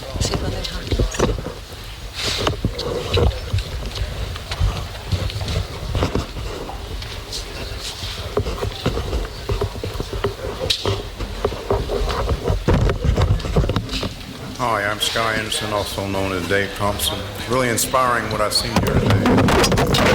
It's inspiring when these young people were singing. In 1960, John F. Kennedy was elected president. In his inaugural address, he said, "Ask not what your country can do for you, ask what you can do for your country." And he set in motion a civil rights movement, and out of that came Martin Luther King, who was a very spiritual man and believed in God. Right now, we have drugs ruining our country, ruining the lives of young people. It's the Antichrist, and it's going to take leadership to prevent this. I'm a recovering drug addict. About 35 years ago, I had cancer of the bladder from smoking 3 packs of cigarettes a day. I was taking every drug I could get, drinking a gallon of wine every night, and I was going to die. And I got down on my knees and surrendered to God. I said, "God, you do anything you want with me. I don't deserve anything. Put me in hell if you want to. Put me in purgatory. I don't deserve anything. Do anything you want with me." Today I'm 73 and I'm healthy and I'm here talking to you. The other topic I want to talk about is the current mayor. He's off in Washington trying to promote some scheme to get $1 billion to education. We have homeless all over LA who live in poverty. We have gang members who don't have any fathers who live in poverty and can't get any help. He grew up in a family that was a father who was an alcoholic and domestic abuse. And he's off in Washington. I'm asking the mayor to come home and take care of the problems here and quit doing this grandiose scheme. I think the mayor is the greatest con artist the city has ever seen. I'm asking him to come home and take care of the city. Will you do that, Mayor, please? He wanted to get the school reorganized, and yet the thing he proposed wasn't even legal. The least he could do is stay here and fight the fight for the citizens like John F. Kennedy and and Martin Luther King did. Thank you. Thank you. Ms. Sylvia Lynn Hawkins, followed by Matt Dowd, followed by Michael Hunt. Thank you, Ms. Wendy Gorell. Again, my name is Ms. Hawkins. I am asking all public people to please join march or sign any petition to come up against or repel against United States of America audits decisions. Here are a couple of reasons why we should not do that. Again, on number one, $10.64 an hour must be canceled until a later year or a year and a half from now, when minimum wage will be $15 an hour with no benefits. Number two, these hotels' ownerships is more than 8 people of unwise discussion decision makers. Number three, food at this time is not in order a menu of using bad beef, pork, sugar in all hotels. Number four, there is no stability in working workers for more than 6 months to a year if they use private money or community money or any trustee funds. Again, they will run out of money and will not work you longer than 6 months. They will run out of money again. This will cause all workers not to be able to afford rent, gas, foods, light bill, phone bill, because of how unstable management has become with dealing with business and how long they want to keep the employee. I've asked our workers to work along with me on a new program that is called 4-year term. That it must be put in government and signed. Thank you very much. Thank you very much. Mr. Dowd.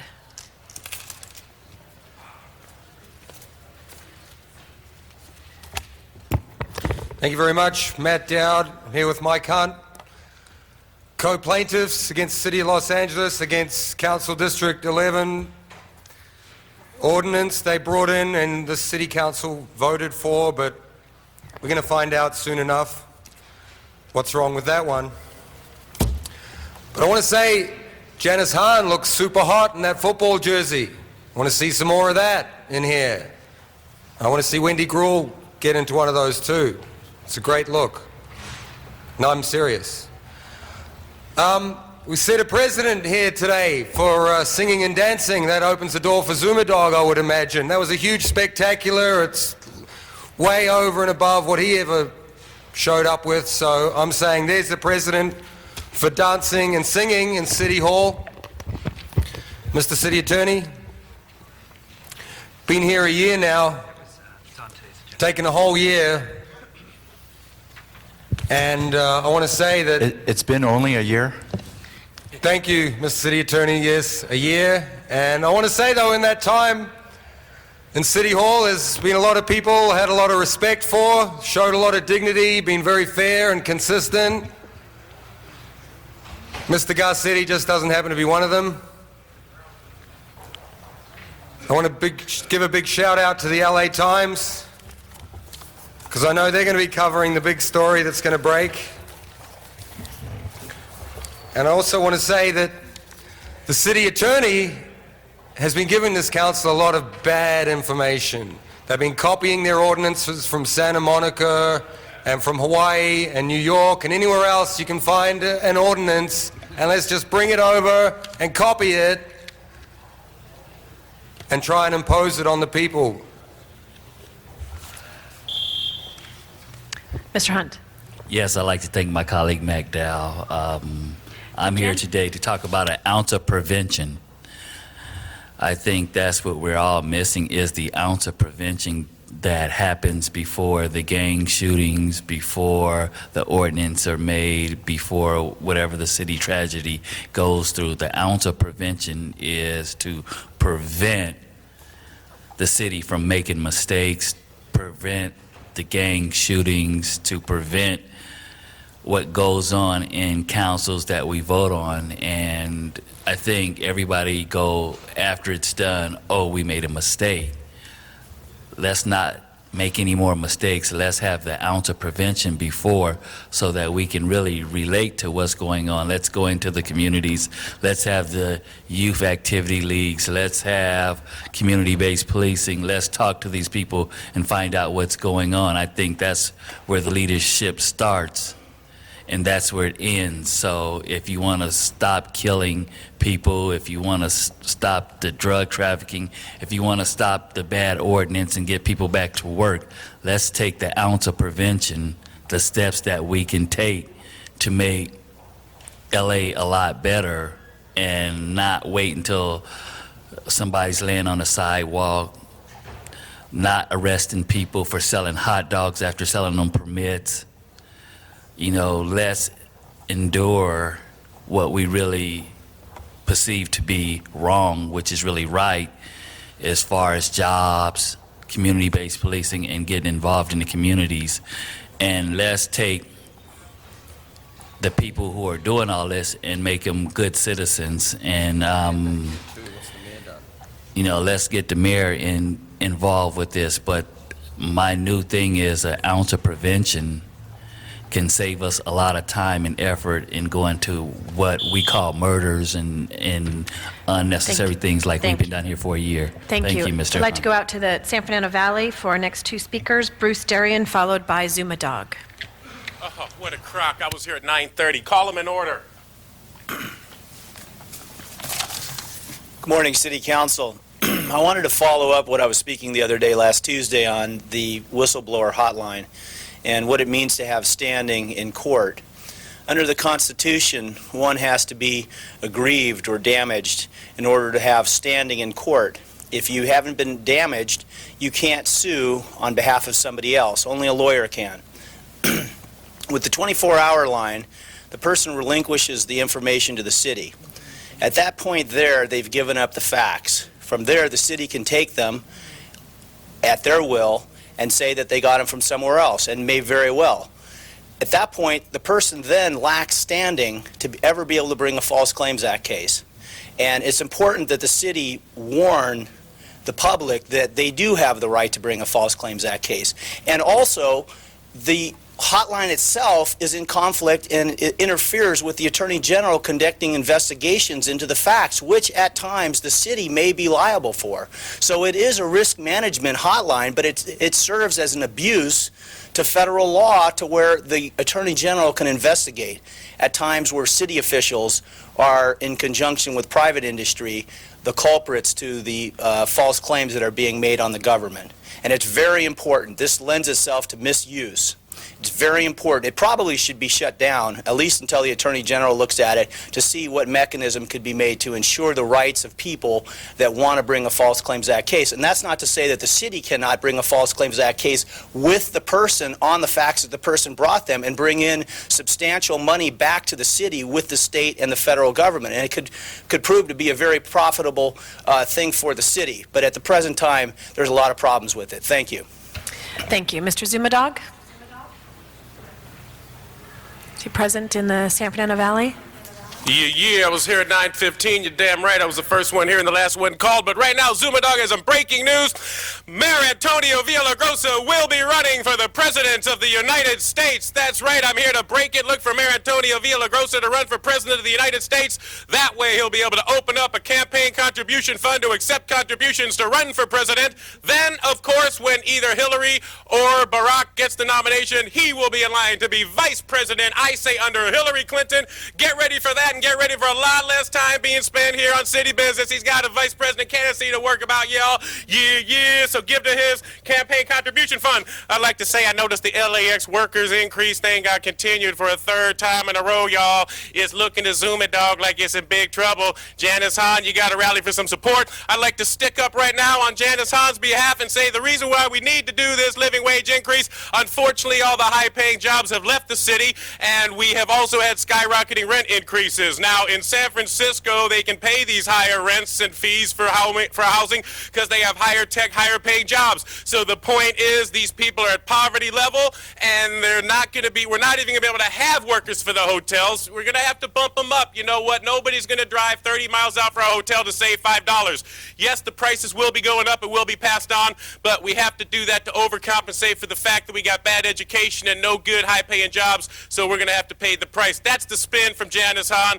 so hit me up on PayPal, y'all, because I didn't even want to say that. And also, the $50 million gang parcel tax, Zuma Dog is here to say, I've lobbied Mayor Antonio Villaraigosa. This is never going to make it to the ballot. The citizens are not ready for this yet. You need to get the gang intervention programs in order first before you go to the taxpayers. Mayor Antonio, use your political capital as mayor and talk to city council and try to prevent them from putting it on the ballot. I say he's going to do that. Mayor wins over city council in rock, paper, scissors every time, y'all. Yeah. Thank you.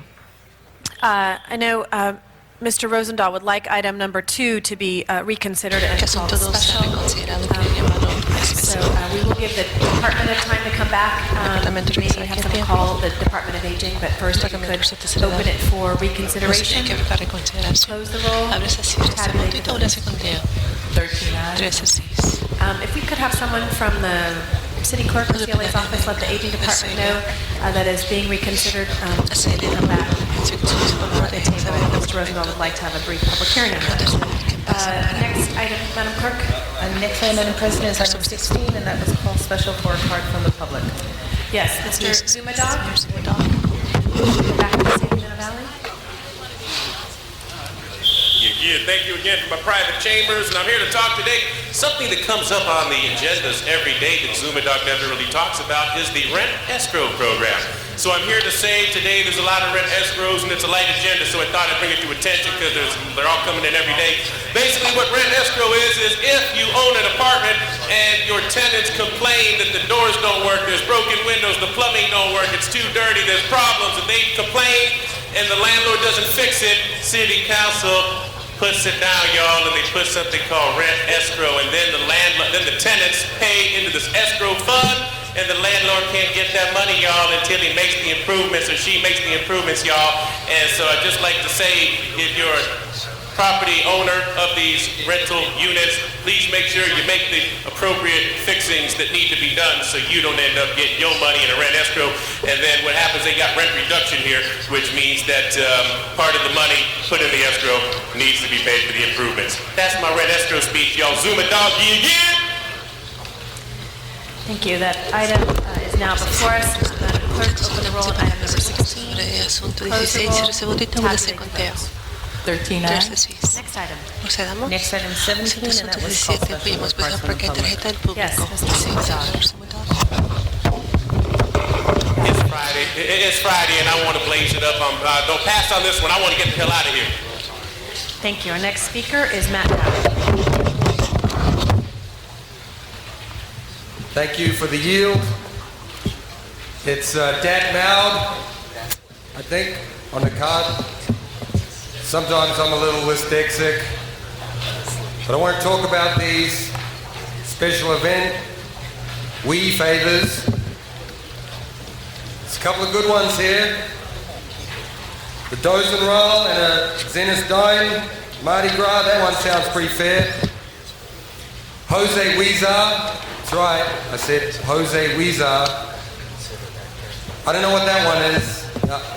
It must be okay, but I want to see Whack Jice get up and make sure these are all in compliance. I don't know if I'm allowed to say that, Mr. Eddie's attorney. Got another one here, Pan Jerry, Red Ayers, Friends Serving Friends, Homeless Feed on February 24. Now that's what I'm talking about. That is a great one. So let's kick them all through, but I hope Mr. Wack-Joyce is keeping an eye on these. Thank you. Madam Clerk, please open the roll on this item. Close the roll. Tabulate the votes. That item's been approved. Next item. Item 18, call special for cards in the public. Yes, Mr. McDowell. Thank you, Matt Dow. Back on the record. This is one of my favorites for a very, very good reason, because we're always seeing these rewards coming up, information leading to identification, apprehension, conviction of murderers. The reason we're asking for this information and providing a reward is because these guys are fugitives. They're fugitives, murderers. Now, I've called for it a number of times. We need to see the police chief in here giving us the numbers of whether these fugitives are going up or down from a percentage point of view. Because all we ever hear from him in the crime stats is like murder, homicide down 4%, robbery down 3%. Who cares? I want to know how many fugitives, are we catching them or not? And this is the item that proves that they're out there. And I'll wait for the city attorney to confirm that I'm on topic if there's a problem here, but since you haven't shut me down, I guess I'm okay. So, once again, that's what we need to hear. I'm waiting for the police chief. I've called for it 3 or 4 times. How many more times do I have to say it? The fugitive numbers. Not whether homicides are up or down in Los Angeles, but how many fugitives are out there that we have not captured. That item is now before us. Madam Clerk, open the roll, close the roll, tabulate the votes. 13 ayes. Next item. Item 20, call special for cards from the public. Yes, Mr. Zumadov? Still listening to Madam Valley. Yeah. What's up with the no Zuma dog? I'm going to talk right now about special item number 20, and that says right here that it's got it's $10,000, y'all. This is from Gruel and Hahn, $10,000 that they want to transfer. It was allocated for the Los Angeles Unified School District's library services.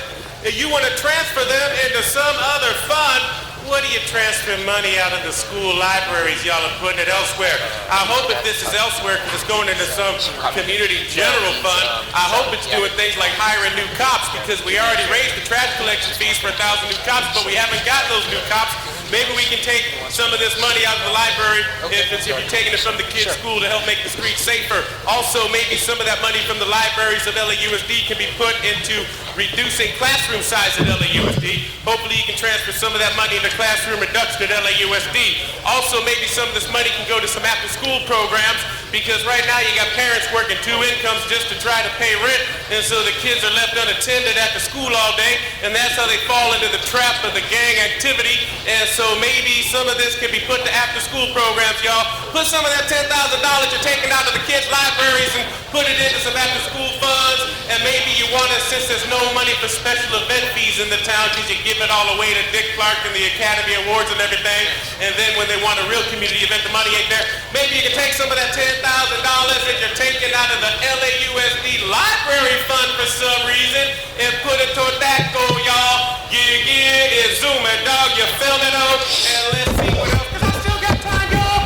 And if you're going to sit there and waste so much time talking about football, I ain't going to yield back to 20 minutes, y'all. So I'd just like to say, Zuma dog will be calling to find out why you're taking money out of LAUSD library fund and putting it into some general fund where there's no accountability, y'all. And I'm Zuma dog. My comments are the cure. I'm a much doper rapper than Tupac Shakur. Thank you very much, Mr. Scott. Just so you know the content of this motion, that I have allocated $21,000 to the LA Unified School District to give $1,000 to each of my schools. Unfortunately, the LA Unified School District did not access all of those dollars, the downtown offices, and because of time issues, we had to take that money back. I will be giving them directly to the schools. The remainder of the $10,000 will be given directly to those elementary schools that were not able to access it through the downtown LA Unified School District. So it will still be going to purchasing books for those libraries. Yes, Mr. City Attorney. before we start with Mr. Dowd. Go ahead, Mr. City Attorney. Does he have a card on this one? Yes, I'm sorry, he does. Mr. Dowd. Mr. Dowd has 1 minute left.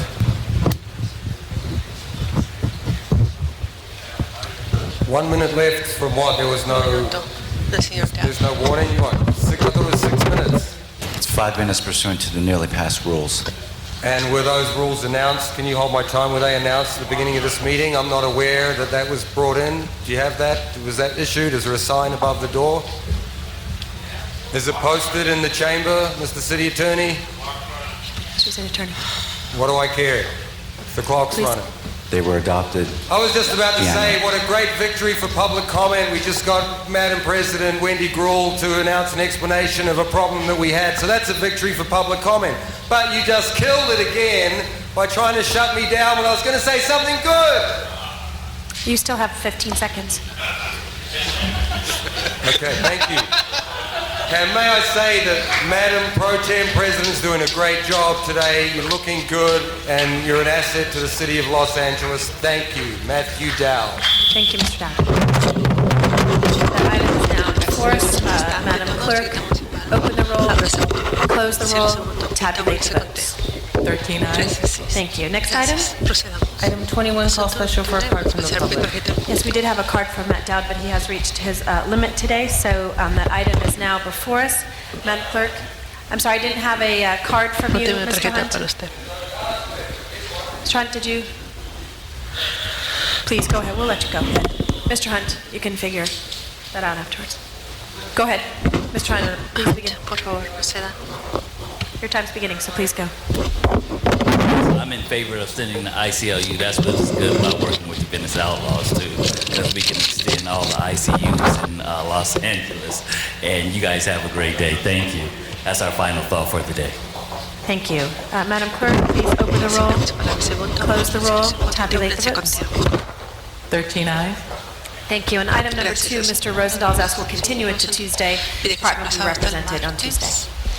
So that item will be continued. Next item. Next item is item 22, and that was called special for cards from the public, and also Councilmember Perry called that special. Yes, our Mr. Dowd had reached his limit, so Ms. Perry. Thank you very much, Madam Chair. I just called this item special today because we have a crisis on our hands, HIV/AIDS epidemic, and I know that we will be voting on this in just a minute, and so I hope that we are able to join the California Legislative Black Caucus in the national mobilization effort in declaring and observing February 7th or February 2007 as National Black HIV/AIDS Awareness Month and Day. In taking this step, we're encouraging African Americans here in Los Angeles and across the country to get educated, get tested, get involved, and get treated for HIV and AIDS as it continues to devastate our communities. And just a few quick facts.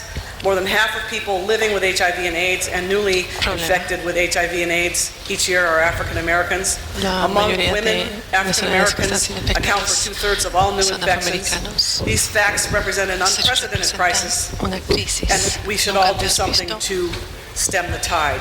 These are shocking statistics just in the state of California.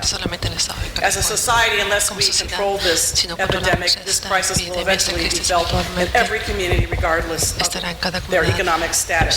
The Centers for Disease Control and Prevention, CDC, report that African Americans account for almost half, 49% of the nation's AIDS cases. So I say let's work together to combat this epidemic, and I hope we'll be able to thank all of you for your support. Thank you. Mr. Rosendahl. Thank you, Madam President. Thank you, colleagues, for doing what you did with this. This issue, folks, has to get more attention, more focus. When I toured the jails, the county jails with Lee Vaca's people, I insisted that they have condoms in the prison. There was a discussion about it, and they gave it to those that are segregated as homosexuals, but they didn't give it to the general population at the prison. Folks, it's being transmitted in the prison systems. These men, young men, old men, in-between men, girlfriends and wives come out of the criminal justice system, and the spouses, the partners are being infected. Number one, we need to have condoms in all parts of the prison. We need to be clear that this is not necessarily a homosexual issue.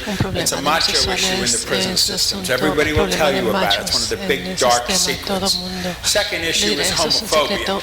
The homophobia in this country is partially responsible for the increasing numbers among the African American communities, and we need to speak frankly and honestly about this disease. When you look at the percentage of African Americans in American population, when you look at the percentage who are infected with the disease, you wonder why is there such a discrepancy. That's the second reason, is the homophobia. People don't want to talk about it.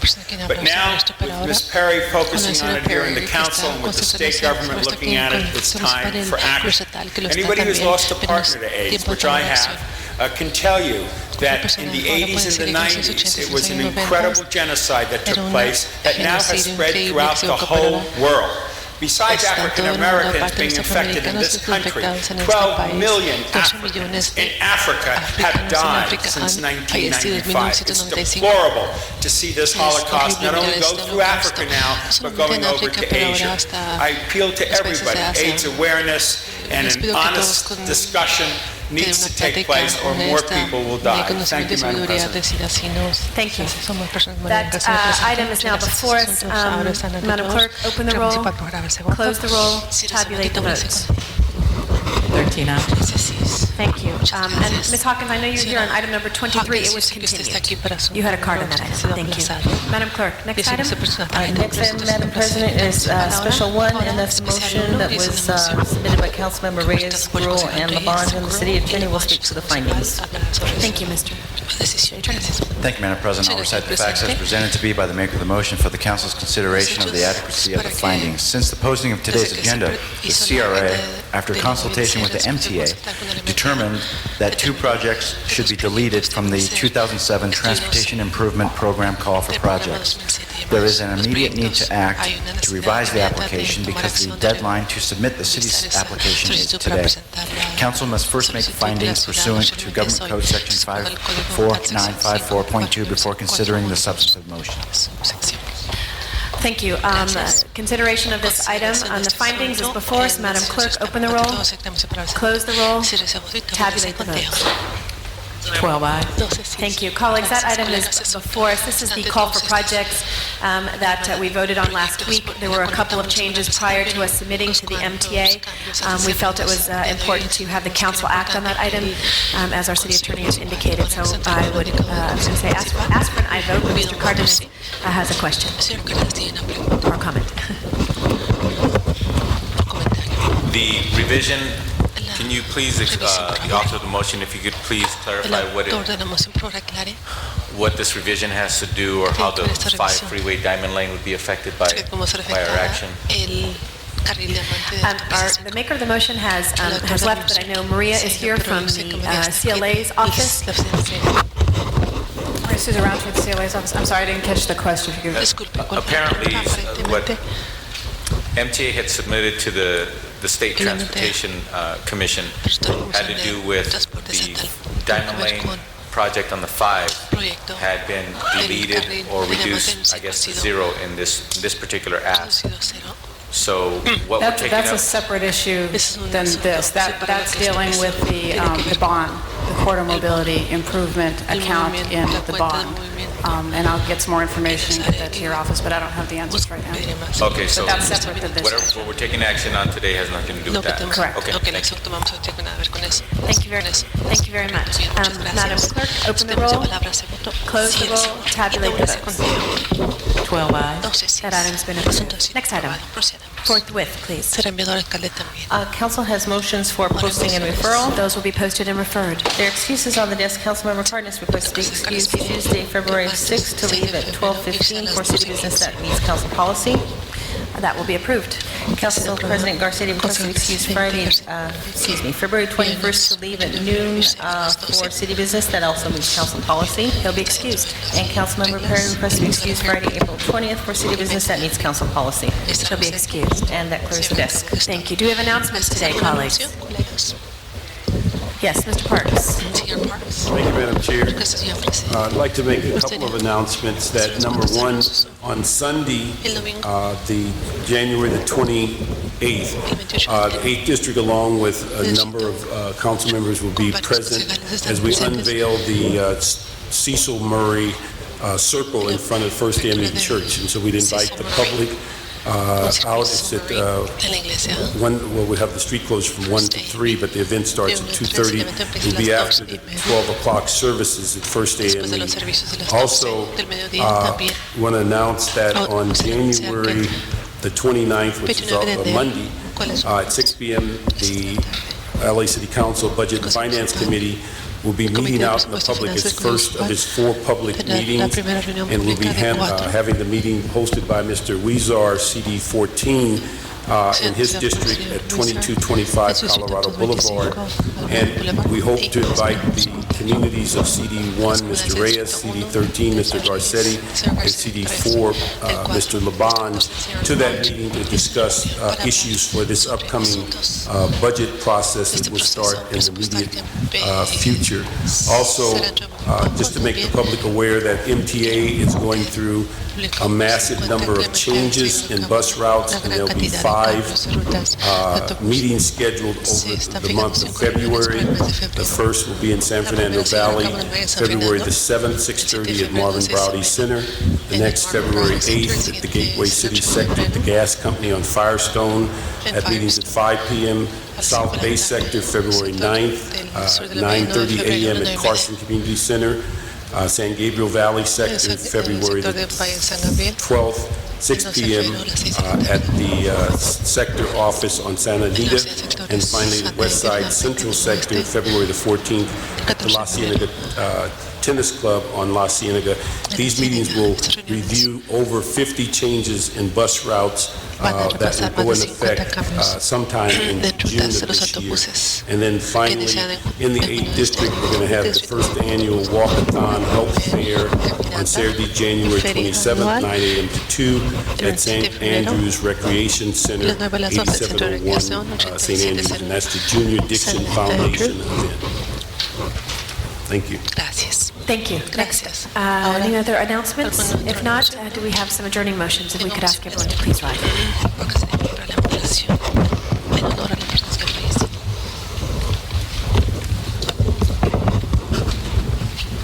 Mr. Cardenas.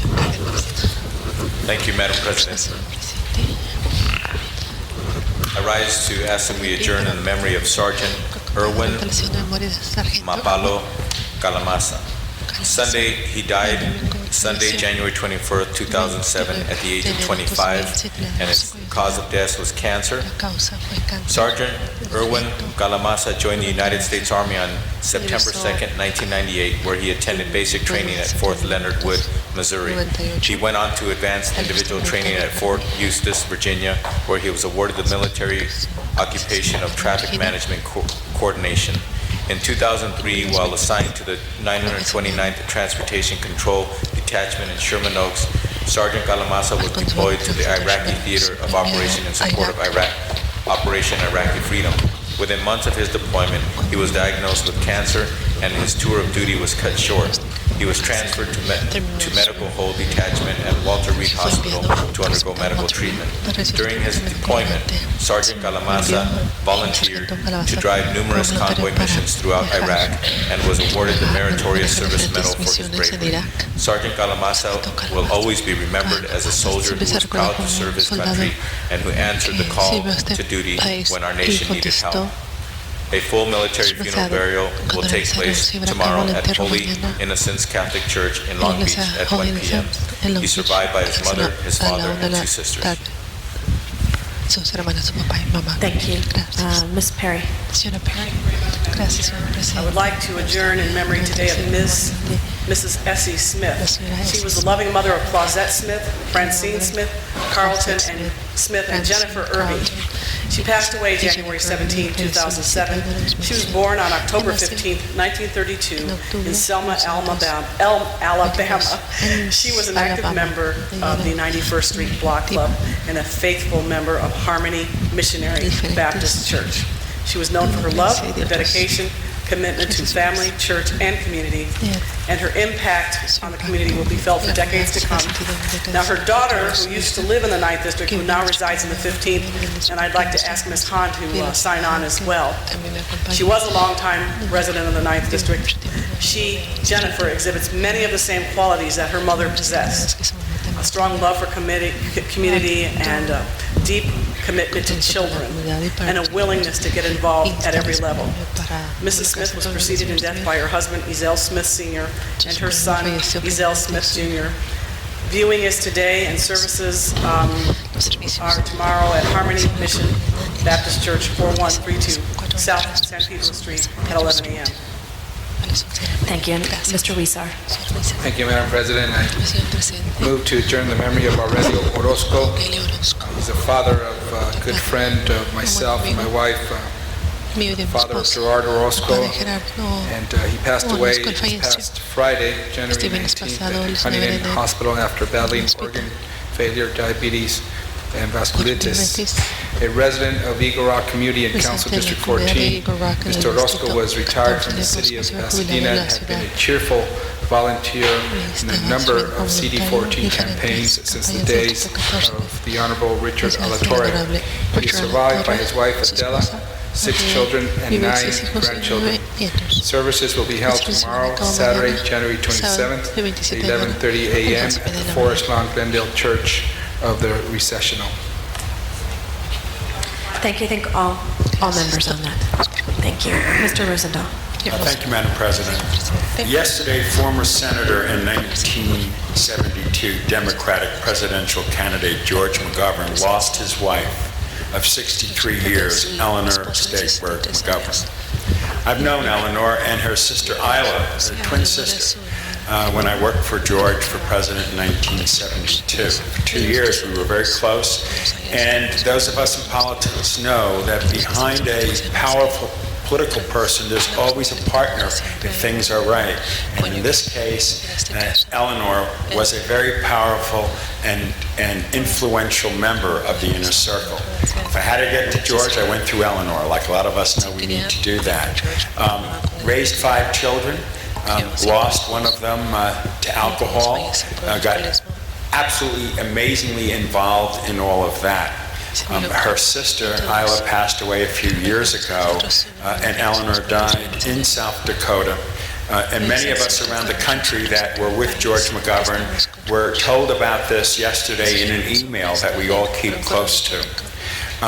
During her marriage, she devoted herself not only to raising the couple's 5 children, supporting the senator's career as a public servant, but also championing many of the causes that meant a great deal to her personally. So often we describe or eulogize a political wife as having grace under pressure, possessing genuine warmth and concern for the people around them, and carrying themselves with simple elegance. But these are not just well-worn phrases on a page. They are words that best describe how Eleanor McGovern lived her life. Today, many of us are joined with the McGovern family throughout the nation. This message was passed on to the senator a few minutes ago that I would be adjourning our council in her memory, and he was very pleased by it. We will be celebrating his 85th birthday this summer in Washington, D.C. May Eleanor McGovern rest in peace. Thank you. Maybe all members. Yes, Mr. Zine. Madam President, Barbara Elizabeth Colvin, born 1939, passed away August 23rd, born August 23rd, 1939 in Los Angeles, remained in the city of the Angels for much of her life. She was a third-generation Angelino. Both her maternal and maternal parents were Scottish immigrants who immigrated to Los Angeles around 1910. She was of 100% Scottish heritage and proud of that fact. She possessed great attributes and was a wonderful woman. Barbara and Van Colvin, her beloved husband, were successful entrepreneurs in the mortgage banking business in Southern California. Barbara started her career in mortgage banking in 1964 and received many accolades and promotions in a time when many women in business were overlooked. She was a quiet but staunch supporter of women's rights without acquiring the strident tones of the times. Barbara and her husband owned a very successful mortgage banking company, Saddleback Mortgage, until very recently. During that time, she was president for 16 years and chairman of the board for 7 years. It is very fitting that we recognize in this council chamber her lifetime of activities in the community. Among other things, Barbara will be remembered as a civic-minded business leader. She was survived by her children, William R. Ruscove, a good friend of mine, and Tammy C. Ferreira, and grandchildren, Jamie and Stanley Ferreira. May Barbara Elizabeth Colvin rest in peace. Thank you, Mr. Zine.